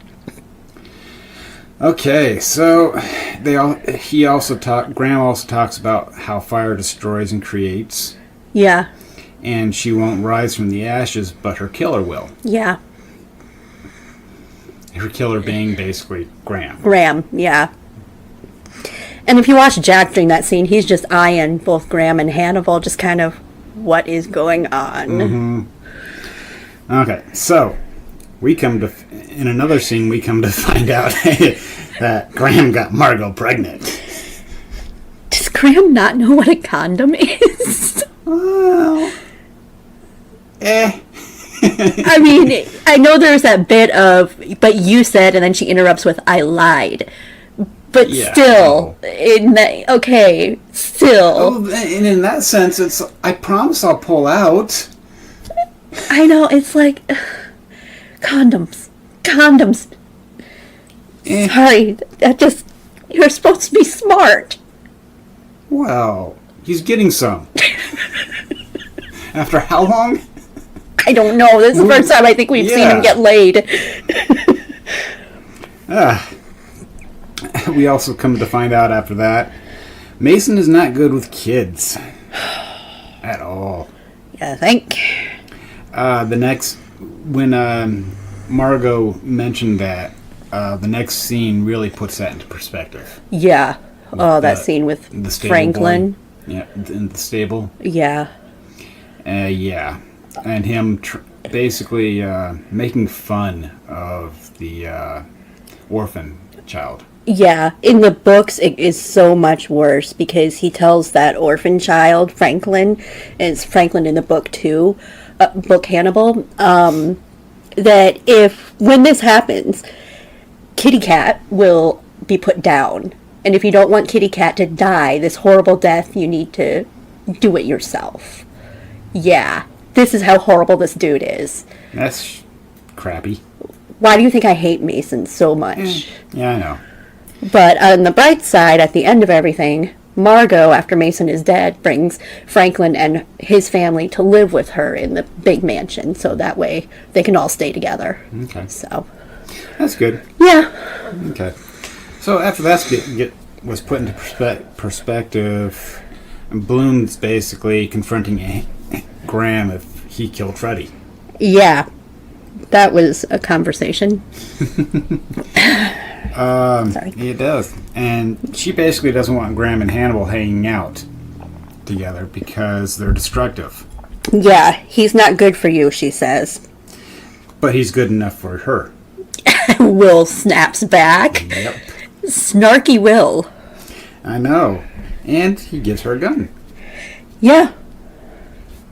So that she can feel more at ease, I guess. Mm-hmm. So we're back at Mason. He took advantage of... this is where he goes into his past here. Yeah. About how he took advantage of poor kids at summer camp with chocolate bars. Yep. And how he walked away from the charges because of daddy's money. And because he got his psychiatrist into something illegal or drugs or something like I that. don't know. They never really go into He it. had blackmailing his psychiatrist, basically. Yeah. And And I'm not going to have answers for that one because his psychiatrist in the book was Lecter, and that trying to get him into illicit stuff is what got his face ripped and eaten off. So. Yeah. Sorry. And they, was it Hannibal who asked what sort of father Graham would be? Yeah, it was. Yeah. Hannibal and Graham were having a conversation, and Grant and Hannibal asked what sort of father would Graham be. Mm-hmm. And Graham's like, a good father. Mm-hmm. The script says Hannibal agrees, so. And then Hannibal starts talking about Misha and Abby. Oh, I know. That's the first time I think Graham ever heard about Misha. Yep, it is. So. The look he gives him, it just seemed kind of, just wow. That kind of saddened. I don't really want to say pitiful, but... Okay. So, okay, Lowndes was dug up and put into a Shiva thingy. Yeah. And they talk about how this is a courtship. Yeah, Alana does. She does the whole, it's a courtship thing. I think she's starting to piece things together, finally. Well, finally.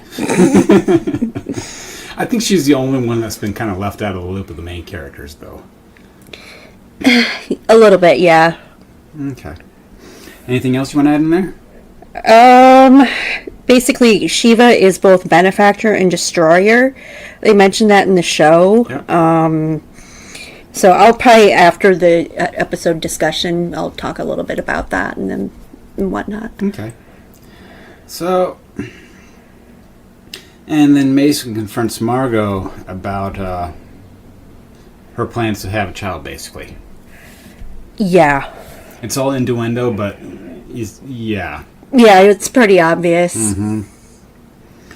And Graham and Hannibal talk about a lot of stuff. This is where Anne's going to take over.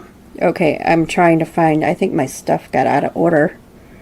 Why'd you do Okay, that? the whole big conversation where they talk about a lot of stuff that I couldn't keep track of. Well, Hannibal is basically talking about the whole teacup thing again. Okay. And the whole teacups coming back together right after Graham was talking about Abigail. Yeah, but he was saying that he's waiting for the teacup to come back together. That he constantly drops a teacup and waits for it to come back together. Yeah. But isn't that the definition of insanity? Doing the same thing over and over again and expecting a different result? Yes, but how do you get scientific results then? Well, they're always changing little things. Uh, You know, it's like, okay, let's tweak this area. Let's you can tweak that tweak area. how you drop the teacup. No. No, but my whole thing with that is that every time Abigail gets mentioned, he talks about teacups coming back together. So Okay. there's a connection there. Okay. So Was there anything else in that conversation? not yet. When we get to the end, I will again. Okay. So we got Mason and Hannibal talking about Margot and her finding the loophole in the will. Yeah. Did Alana visit Hannibal yet? In your notes? I don't know. Okay. No. After this conversation, Okay. she does. And that's about all that I got from that one. Yeah. And then now we go to the Blooms. Is confused and questioning everything now. Yeah. And She goes to Hannibal. yep. And she's just doesn't know what's going on at all. Yeah. And she mentions the whole it's Will that's kind of pushing her to be paranoid. And Hannibal actually comes back with the whole we will never be alone in the room because of someone's always talking about Will. It's Hannibal who's usually bringing him up. And I'm sitting here like, dude. Yeah. That's some... Dude. No, true. But he smells gunpowder on her. Yes. On her hand. Mm-hmm. And she asks if she's been firing a gun. And she basically says she's been feeling paranoid. Yep. And did you notice she goes in to kiss him, but he does not return that? No, at I all? didn't notice that. Yeah. I was probably writing down stuff. Yeah, he does not return that. He just kind of sits there as she tries to kiss him, just glaring. It was moment. So now we come to the big one of the big Margot scenes. She's trying to leave, pack up, leave. Yep. She gets forced into a car accident. In other words, one of Mason's henchmen T-bone her. Yep, that was Carlo. It was on purpose. And we have Mason playing doctor. Yeah. Basically, he has a team brought in and gives her a forced hysterectomy. Yeah. And my notes is like, yep, he's fucked up. He is. He really, really is. So, after that debacle, Bloom goes to Jack and asks him what he's up to. Everyone is lying. Yeah. She's the only one out of the loop, and she She finally confesses to Jack she doesn't think she can trust Hannibal anymore. and she's figuring out that some plan is going on, but warns him it's not going to work. Yeah. And then Jack says, "Come here, I got to show you something." Takes her to a conference room, and Lound is alive. Yup. Our sexy redhead. Not barbecue. Yup. So, of course, Bloom's floored. And it cuts to Graham. So,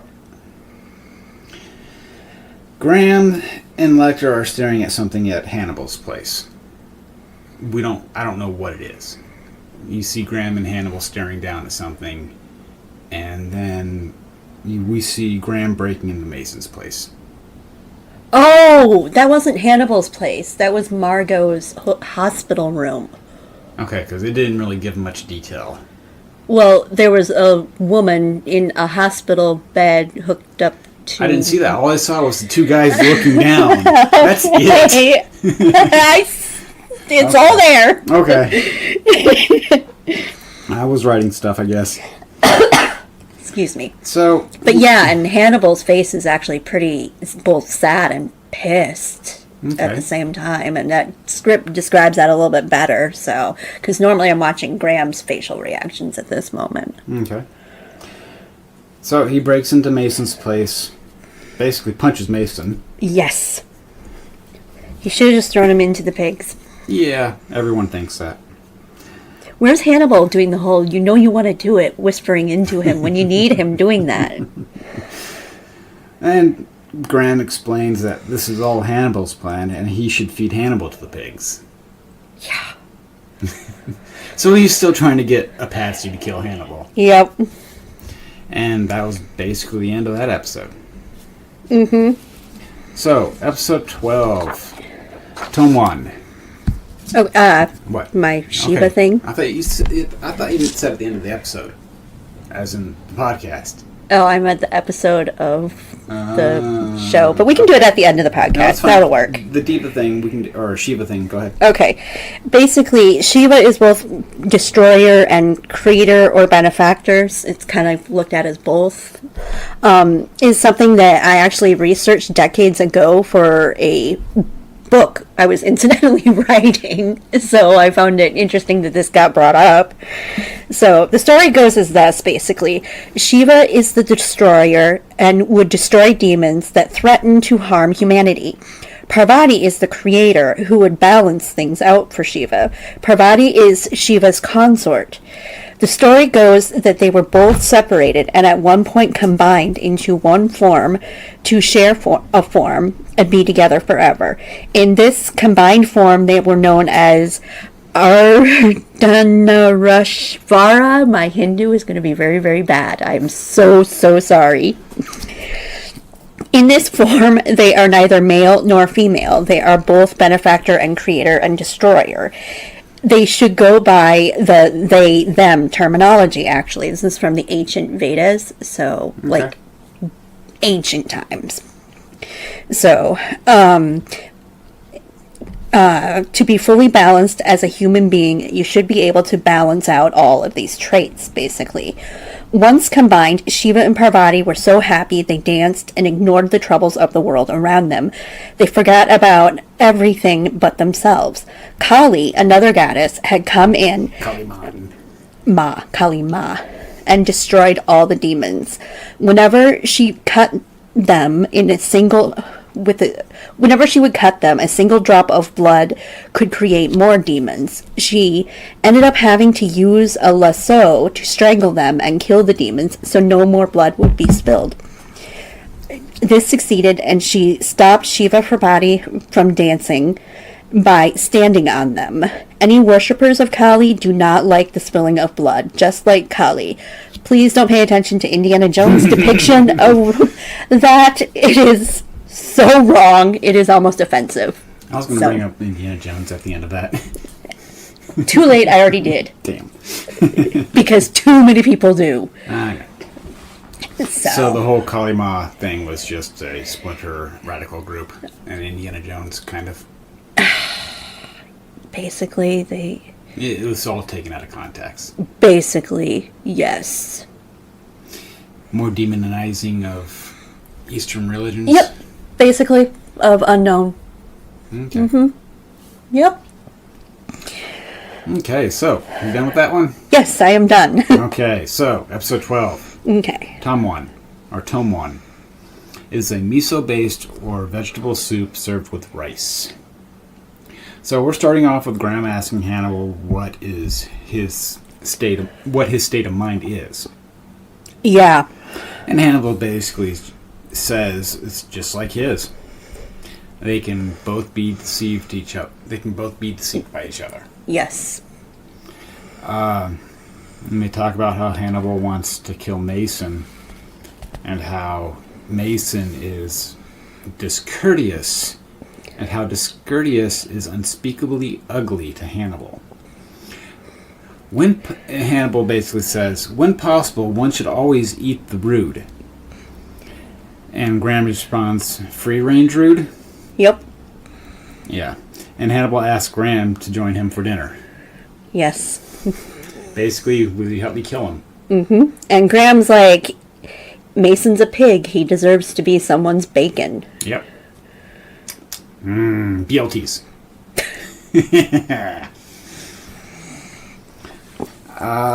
So that was just them planning on killing Mason.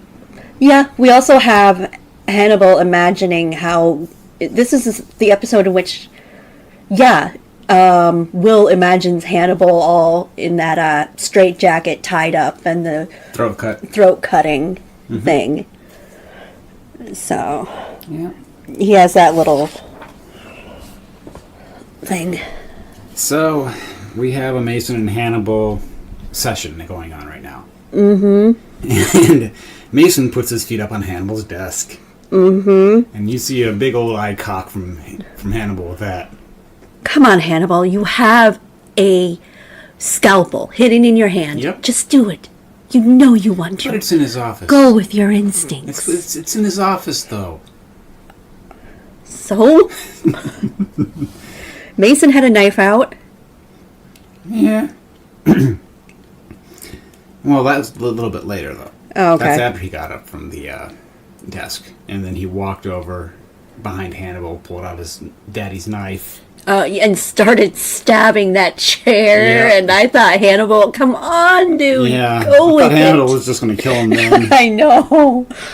And Mason basically asked what he and Graham were up to. And that's about all for that.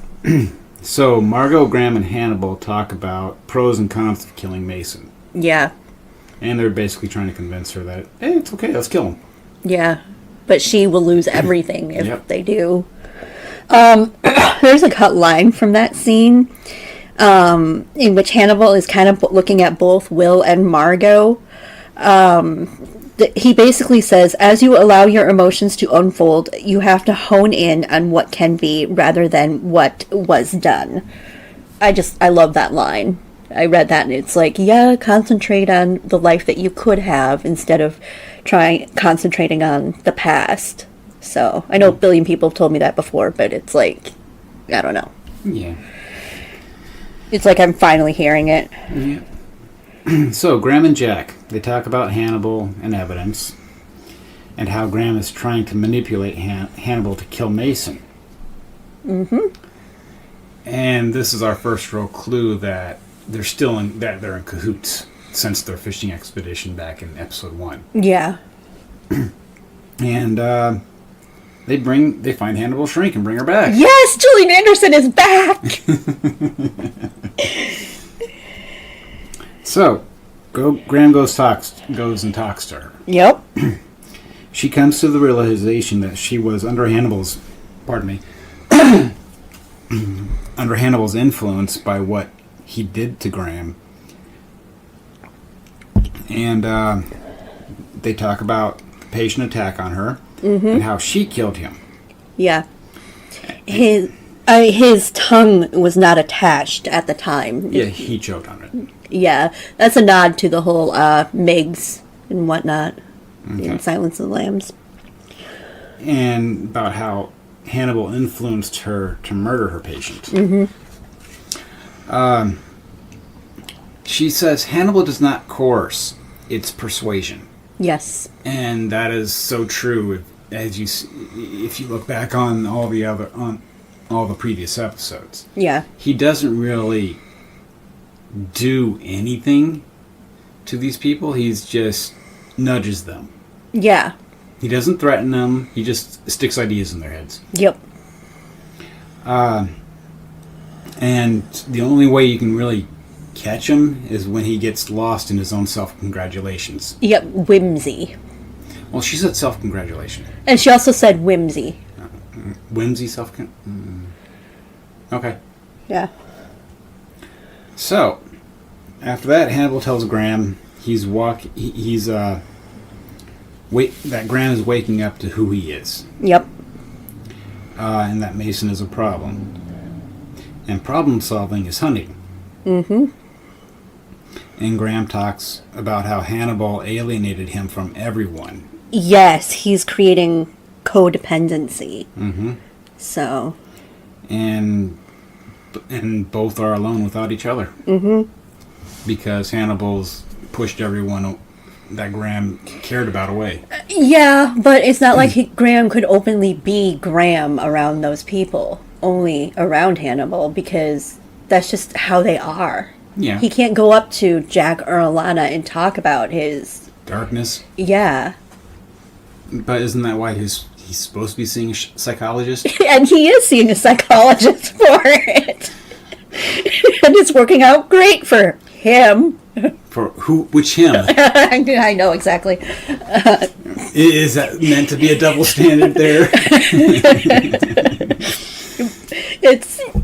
He's seeing a psychologist about it. Okay. So Biggest regret that anybody will ever have. Jack finally goes and talks to Bedelia. And they go on about how the FBI couldn't protect her, and she basically said, "This is all by his design." Yeah. Yeah, that if you are close to catching Hannibal, it is only because he wants you to be close to catching. He wants you to think that. Yeah. Yeah. So Jack and Hannibal, they're at dinner talking about... How can Jack possibly eat there? Well, because he is. Knowing what you could be eating. And they're talking... And being okay with it. Yeah. They're at dinner and talking about the eternal chase and who is chasing whom. Yes. Whoever is chasing whom, I plan to eat them. Yep. Didn't you mention something about a red herring? Yeah, that was last episode. Oh, okay. I thought it was this dinner scene. No. Okay. No, that was last episode. Get the book Feeding Hannibal by Janice Poon. It's all in there. Okay. So, Mason goes to visit Graham's house. Oh, yeah. That kind of surprised me. Mm-hmm. And they go for a drive. I was halfway expecting you to pause this scene and start writing down whatever it was someone was cooking. What? They had Will cooking up homemade dog food, and I was like waiting to see if you're gonna pause. Okay, it's this. It's this. No, I'm not going to write down an ingredient list that way. Only if they pull out the recipe card. Okay, I was just waiting to see if you would do that, because I was going to be so excited. Yes, you have an elaborate recipe for dog food. Nope, I will not go that far for pet food. No, because you didn't know it would be pet food until the very end. Either way, I still wouldn't go that far for pet food. So, they go for a drive. At this point, Mason's thugs try to abduct Hannibal. And they get him. Yep. But he got one of them. Yeah. So Mateo. He got Mateo. These names are in the Hannibal book. That's how I know him so well. Okay. So, Hannibal comes to. He's in a straitjacket. Yes, Will's fantasy coming true. His man all tied up. Yeah, basically it's his fantasy exactly what happened starting to play out. They're at Mason's pig farm. Mason's basically saying, I'm going to feed you feet first. Mm-hmm. And Mason says to Graham, I got him now. Or I got him for you. And so you need to cut his throat. Yep. So the blood will excite the pigs. Just don't cut him too deeply, or he'll bleed out before they get there. And Will spins him around and cuts the straitjacket, releasing Hannibal. Yep. And Graham's basically, of course, knocked out right at the beginning of that fight. Yeah. So, when he comes to, he of course, turns on the wench Yep. and finds one of the thugs basically half-eaten. Will finds that Carlo has been hung and is a pig's feast. And half-eaten. Yep. So, we go to Hannibal and Mason. We don't know where they are, though. At this point, we don't know. No. So, Hannibal gives Mason drugs. A bunch of psychedelics. Yeah. And he talks Mason into self-mutilation. Yep. Basically cutting off his face. Yep. Testing the fat on his face. Yep. So, Graham finds Mason at his house. Okay, Will makes it home. I'm guessing he stole a car because Wolf Trap is 82 miles away, which is 1 hour, 52 minutes, using the I-95. Stop being so technical. I'm not. This walk, according to Google, would be 18 hours. This will come into play later. Maybe he got an Uber. I keep mentioning I-95 because we use that road so much before. Yeah, down in Georgia. Yeah, so we know how people drive on that I-95. Yeah, this says 80. Oh, no, we're going to go 90 to 100. Yeah, Ugh. that's why I keep mentioning it. It's like after a few years, you finally get used to it. And it's like, 90, 95, whatever. Yeah. And you still have people blowing by you. Yes. And most of them are from Florida, honestly. Oh, really? Yeah, you see all these Florida plates just zipping on by you. Florida, are they the southern Iowa? I don't know. Okay, so self-mutilation. And he's feeding his face to dogs. Yes. Graham's dogs. Yes. Um, Don't worry, the dogs do not get hurt. Yeah, it's not. So. It's not real human. Again. Okay, so. What? I'm just letting you know, people know that because Hannibal and Mason are there at Graham's, no dog gets hurt in the show. No, they just get fed. Yes. So Graham's asking him, Mason, what are you feeding my dogs? Mm-hmm. Mason's like, just me. Yep. Just me. Yeah. Yeah. Yes. So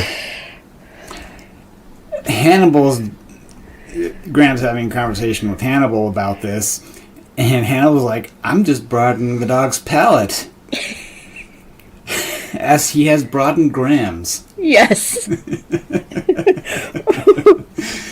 Yeah.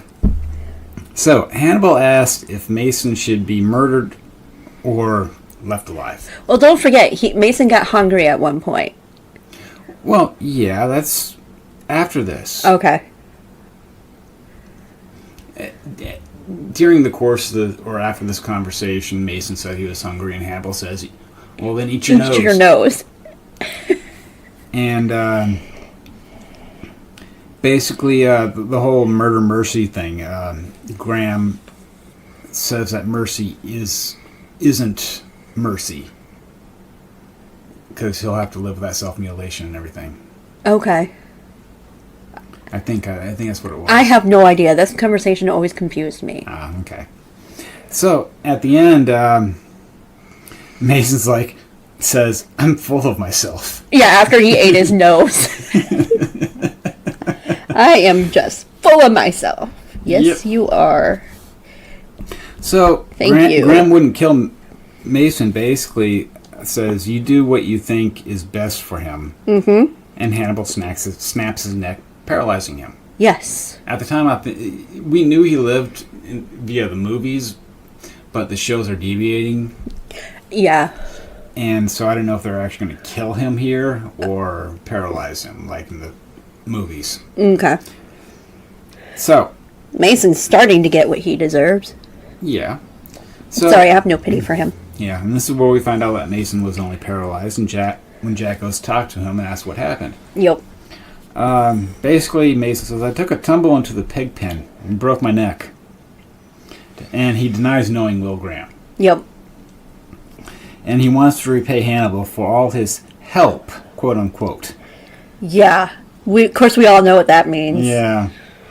And Margot comes in, basically says says she's going to take care of Mason like he took care of her. Yes. Nice. Go, Margot. So I love Margot. Hannibal and Graham talk about Jack and how he suspects both of them. Yeah. And Graham tries to talk Hannibal into revealing himself to Jack. And this is the scene that featured that Achilles and Patroclus picture that I had mentioned in the last podcast. So. Yeah. And Hannibal's like, Jack is my friend. I suppose I owe him the truth. Mm-hmm. That's the end of that episode. Yep. Anything you wanted to add to that one? Not really. Nothing that I think all this is stuff that I said in the previous one. So, I mean, Will has convinced Hannibal to basically reveal himself to Jack. Yeah. And Hannibal is agreeing to it. That's one of the things that it's like, wow. Well, it could be the simple fact of that. Yeah, I'll reveal it to him, but I'm going to kill him. In the course of killing him. Yeah. So, final episode? Yeah, final episode. So are you still pissed? Is Mizumono. Yes. So, Mizumono. The kaiseki meal concludes with dessert called Mizumono, or Mizugashi. This course features traditional Japanese sweets such as brown sugar sherbet, made with agar, a traditional Japanese gelatin, accompanied by seasonal fruits. Okay. Okay, so these are the thoughts I had at the beginning of this episode. Now we're back at episode 1, the fight scene. Yep. The whole fight to the death between Hannibal and Lecter, because... Hannibal and Jack, you mean? Yeah, Hannibal and Jack. Because episode 1 showed that big fight scene, and then it flashed 12 weeks earlier. Well, my thoughts are, will it end in a draw? Will Graham interrupt and capture Hannibal, saving Jack? Does Bloom die? These are all questions that are going through my head at the beginning of this one. Okay. So, well, Jack gets his invite to dinner, to the dinner fight. And To the dinner fight? That's what I'm calling it, yeah. The red dinner. And I don't know if he tells Graham that, though. That he got the invitation? Yeah. He Okay, did. yeah. That's why we know he got the invitation. Okay. So, Hannibal and Graham, they talk about their past conversations there at the office. Mm-hmm. About how molecules of the furniture hold all the conversations, blah, blah, blah. Yeah, knowing what's to come, this was basically Graham's kind of farewell to this office, to this room where all these conversations happened. It's kind of a goodbye type thing. Okay.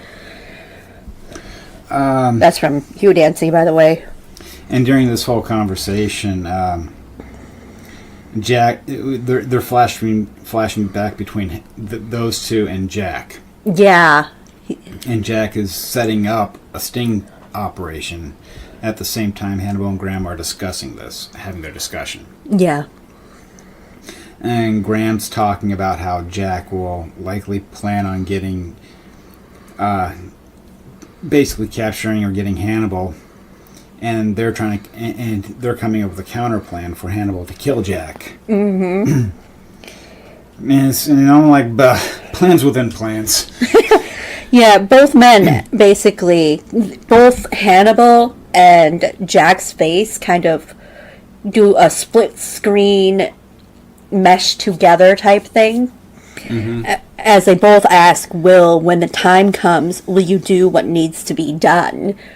Hugh Dancy commented on the commentary that at that point, they, with their faces meshing together like that, they actually look like Anthony Hopkins. And I was like, oh my gosh, they do. Nice. Well, I've noticed that one of them, or one side of that meshing together, once they meshed, it stayed wavering. Yeah, that was on when the meshing together was on Will Graham. Yeah. That you pointed that out. And Will Graham basically answers to both of them, oh, yes. Mm-hmm. So, we don't know. One side was wavering and one side wasn't. Yeah, I don't know if that was on purpose or what. It's got to be, because they should have known it was wavering. No comments about it got made that I have found. It could have been that one side of him was wavering. It could be. I just would have to rewatch that bit to see which side it was. If it was in Jack's office side of him or Hannibal's office side of him. So, Graham goes home and he has some sort of vision with Hobbs hunting. Yeah, we gotta have Garrett Jacob Hobbs come back. Of course. It's the last episode of the season. The season, yes. And I didn't really get the vision all that well other than him hunting the stag. Him hunting the stag is... Yeah, the raven stag. Yeah. Whoopee, we see Bella finally.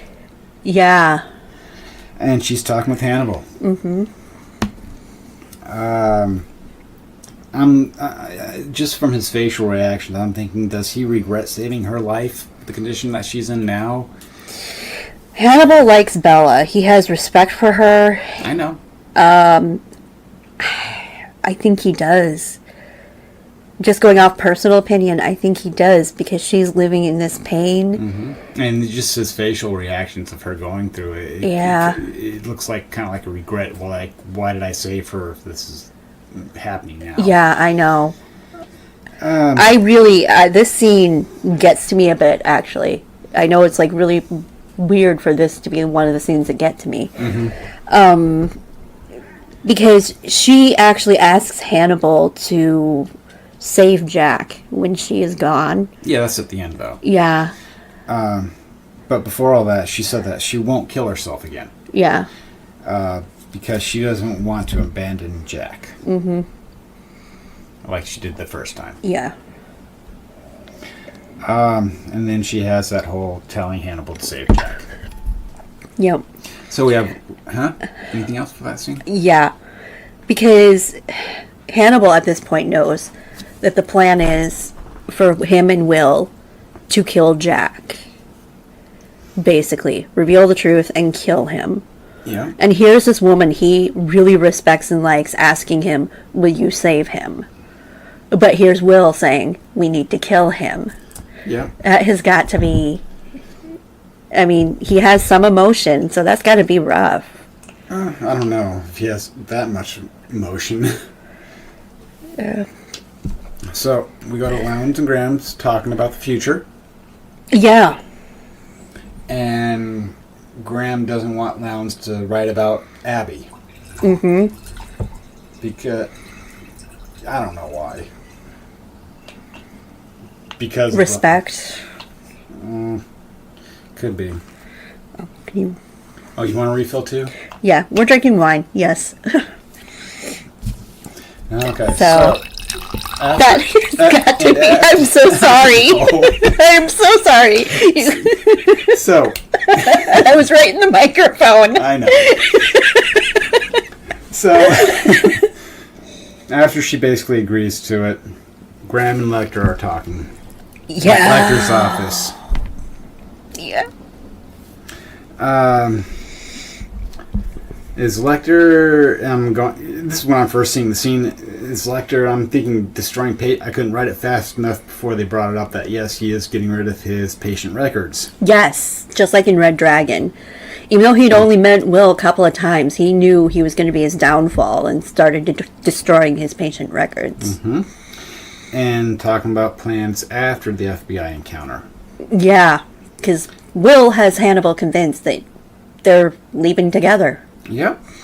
When did these conversations happen? What do you mean? About their plan to leave together, the official we're gonna kill Jack plan, and whatnot. The Jack thing happened at the end of... They were gonna reveal it to Jack, but Yeah. not kill him.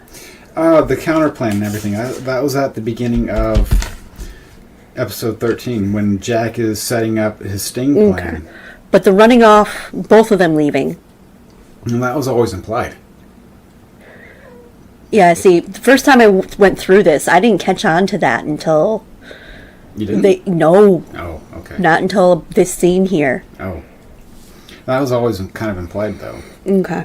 But they're talking about plans after the FBI encounter. And if Lecter is captured, he would live in his memory palace. Yes, the foyer at the Norman Chapel in Palermo. Sorry, And that I just is- love hearing him talk about that. And that his memory palace is larger than most palaces in the castle. Than most, even by medieval standards. Sorry, just the way he says that, I could listen to that on like loop. And he smelt lounge Ouch. on Graham. I'm like, game's afoot now. And I'm like, ouch, ouch, ouch, ouch. Yep. He is destroying his life, his entire everything. Revealing who he is, having to give up his name, everything. And For someone who's lying and to him. Betrays him. Yeah. That's why I'm like, ow, ow, ow, ow. Yep. I felt that one even for him. So, after that, and of course he doesn't let on that he knows. No. So, Bloom and Graham are Bloom's talking about how Hannibal basically poisoned her thoughts.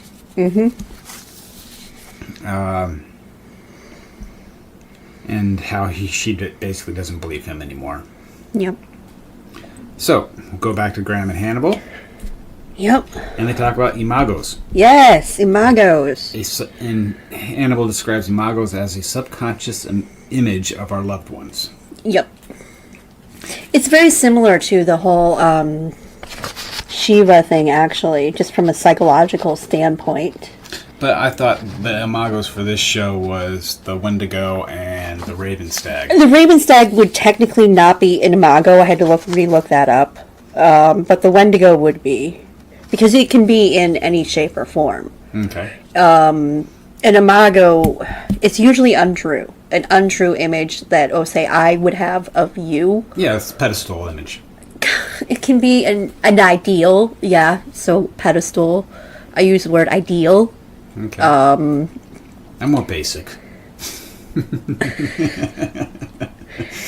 Yeah, it's one of the basically 3 Jungian archetypes. Excuse me. You should see that face. I have no clue what the hell you're talking about with that. Okay. And also basically the image it will also combine feelings as well. Okay. So I mean it doesn't have to be actually physical. It can be an emotional, visual representation. So therefore when What?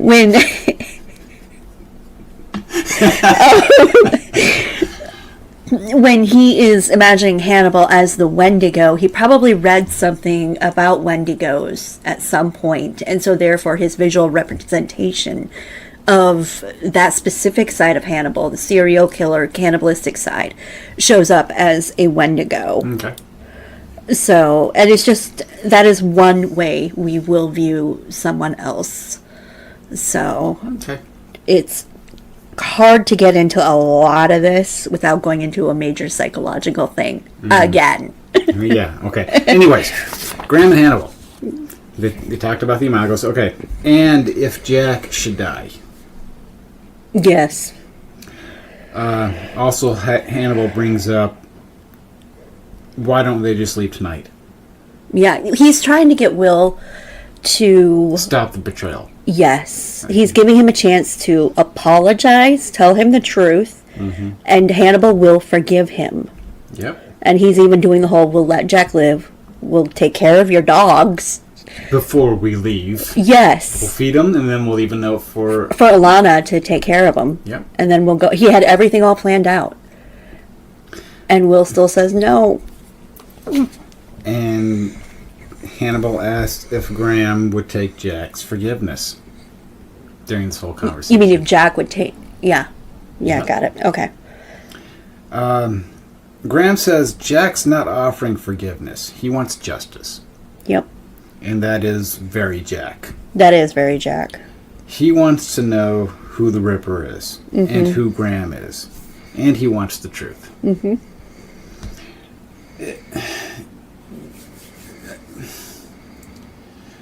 Jack is very, in the role-playing or D&D sense, very lawful. Yeah. He's The memes are out there Okay. of every Hannibal character in a D&D. I haven't seen them. The memes are out there, trust I had me. no clue they were there. Yep. Oh, yeah. Like I said, you can look up each and every one of them in their category. Like I said, I'm a complete virgin when it comes to this show. I've seen none of the memes. I have not seen any of the shows. D&D is going to come back. Okay. I love it. Oh, great. But he's very lawful. Yes. In that sense. It doesn't matter who he hurts as long as he gets the truth in the bad guy. Yep. So. And Hannibal says to the truth and all its consequences. Yep. The script says he's actually fighting back tears at this point. Okay. Because he knows he's lost him. Yeah. Okay, so we got the IG again. Yeah, Katie Purnell. The Inspector General. She confronts Jack about entrapping Hannibal and how it's illegal. Yep. Which technically It is. it is. In this way, the way they're going about it, it is illegal. Yeah. I hate to agree with a Paul Krendler anagrammed person, but It is illegal to entrap. And then she does a low blow at bringing in his wife. yeah. That was a low blow. Yeah, but she's also trying to get him to back off, go take care of your wife, so that way we don't have to Arrest you. which they're going to do anyway. So I don't know, make it worse than that, I guess. And putting him on forced leave. Yep. And Bloom argues with the Inspector General about how Graham and Jack is their best shot at getting Hannibal. Yeah, catching him in the act. Mm-hmm. So, we see Jack and Bella together. Mm-hmm. And pretty much we know Jack told Bella everything. Probably. Because of her reaction. Yeah. They filmed like numerous conversations between those two, but just ended up using the silent one, figuring that had better impact. Mm-hmm. And then her single word response. Yeah. And I can't remember what it was. No, in this scene, there's no talking between those two. No, she makes a comment. Yes. Okay. IG wants to bring both Graham and Jack into custody. Yep. Jack, of course, already knows this. Yep. So, does the timetable move up for him? Probably so in this case. I think the dinner was happening about this time, but... No, because he got there early. Oh, yeah. Just like, not by a whole lot. Yeah. He got there when Hannibal's still cooking instead of dinner being done. And I personally think Bella died after... during this scene and before Jack kissed her bye. Okay. Because you didn't really see her breathing. Mm-hmm. So that's why I think she's passed.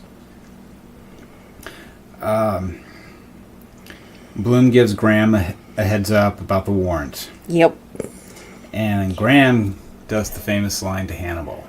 They know. He gives him the heads up. That the same one that he gave Hobbs. Yep. So, this is where I am so pissed off about this episode. It is just We're back to the episode 1 of season 2. To use a military term, it's a clusterfuck. it's just Murphy took over. What could Murphy as an optimist? No, Murphy's Law in the military. What could go wrong goes wrong. Yes, and there's this whole Murphy was an optimist thing. It's just Jesus Christ. So Jack gets to Hannibal's early, and there's the fight scene. Yep. Jack's mortally wounded, hiding in a pantry. Hannibal's running up against the door, slamming up against it, trying to get the pantry door open. Because he wants his fresh meat. He And really looks like a predator in that bit. yeah, I mean, he is. I know he is, but just a moment ago I was talking about how my heart breaks for him, and then now it's like, boom, boom, Jesus, that's a predator. That's dangerous. That's run away. And That's one of the things I love about the show is that you'll forget that, and then all of a sudden, boom, reminder. And then we have Bloom that shows up with her gun. Yeah. So Bloom has a gun on Hannibal. They talk. He Where's Jack? He's in the pantry. Yeah. Maz actually answered that way. That was all Maz instead of how it was supposed to be written in the script, because he's like, I'm trying to break into the door. so hence the mocking, he's in the pantry. Yeah. They talk. He basically says, I am who they say I am. Yep. Basically gives her the chance to walk away and I'll let you live. Stay, I'll kill you. Mm-hmm. Pretty basic. And it's like, damn, Hannibal took her bullets. Because she tried to shoot him. Yes. That was the first thing that pissed me off. It's like, woman, you're going into a known dangerous situation. You had your gun out before you even got to the door. Check your ammo. She's a psychiatrist and psychologist. She's not trained FBI. She's been to the shooting range. She's She's got to have the basic safety courses and everything. One of them is if you're going to use your gun, What make shooting sure it's range loaded. did she use, though? Beats me. It could have been just anyone, one at the FBI. It's like, and- oh, wait, the gun's lighter. Maybe I should check my ammo. Or you cock the gun, you're supposed to look into the chamber to make sure there's a bullet that you're loading.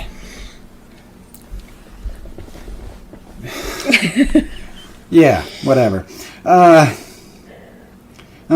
wrote down there, stupid girl, you always check your mag or ammo when you know you're going into that type of situation. It's common sense. So, well, Hannibal chases her. Up the stairs. Why did she run up the stairs? That's my thing. Because everybody in all bad slashers run upstairs. But this usually goes against that. So why does she run up the stairs? Because that's the only place she can go. I don't know. Why not out the door? Well, he chases her. She reloads with real ammo. Yes. Shoots a couple of rounds out the door. Before saying, I found more ammo, thank God. Oh. And, well, shit, Abby's alive. Yeah. And basically apologizes to Bloom and pushes her out the window. And your reactions? Oh, I just raised my eyebrow, seeing that Abby was alive. It's like, oh, she's alive. Okay, this is a twist. Yeah. Make M. Night proud.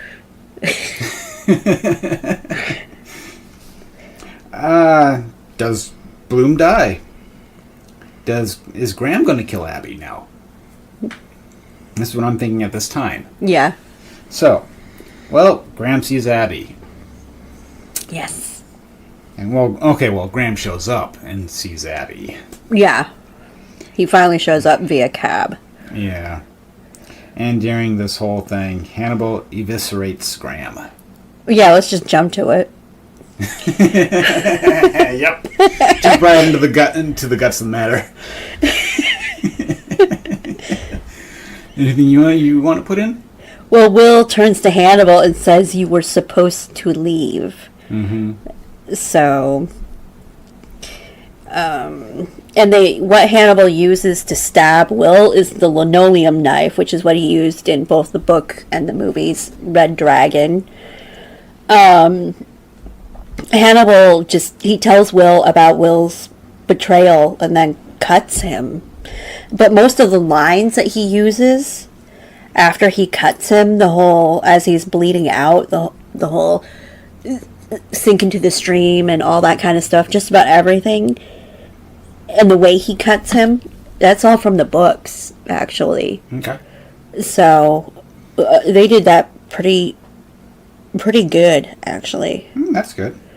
So, and I have like comparison images from the movie and everything. Hannibal says that they wanted to surprise each other.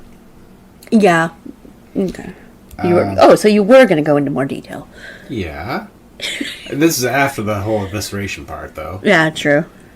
And Hannibal was offering a family with Graham. Yeah. As his surprise. Mm-hmm. And of course, Graham surprising Hannibal with his capture. Yeah. And Hannibal kills Abby in front of Graham as punishment. Yeah. Yeah. I take it you were pretty pissed at that point? No, it's like, well, she's finally dead. I guess third time's the charm. First her dad, and then the whole fake blaming her death on Graham again. Yep. And then now finally Hannibal does kill her. Yep. So, after he kills Abby, Hannibal goes outside. Bloom's still alive. Okay.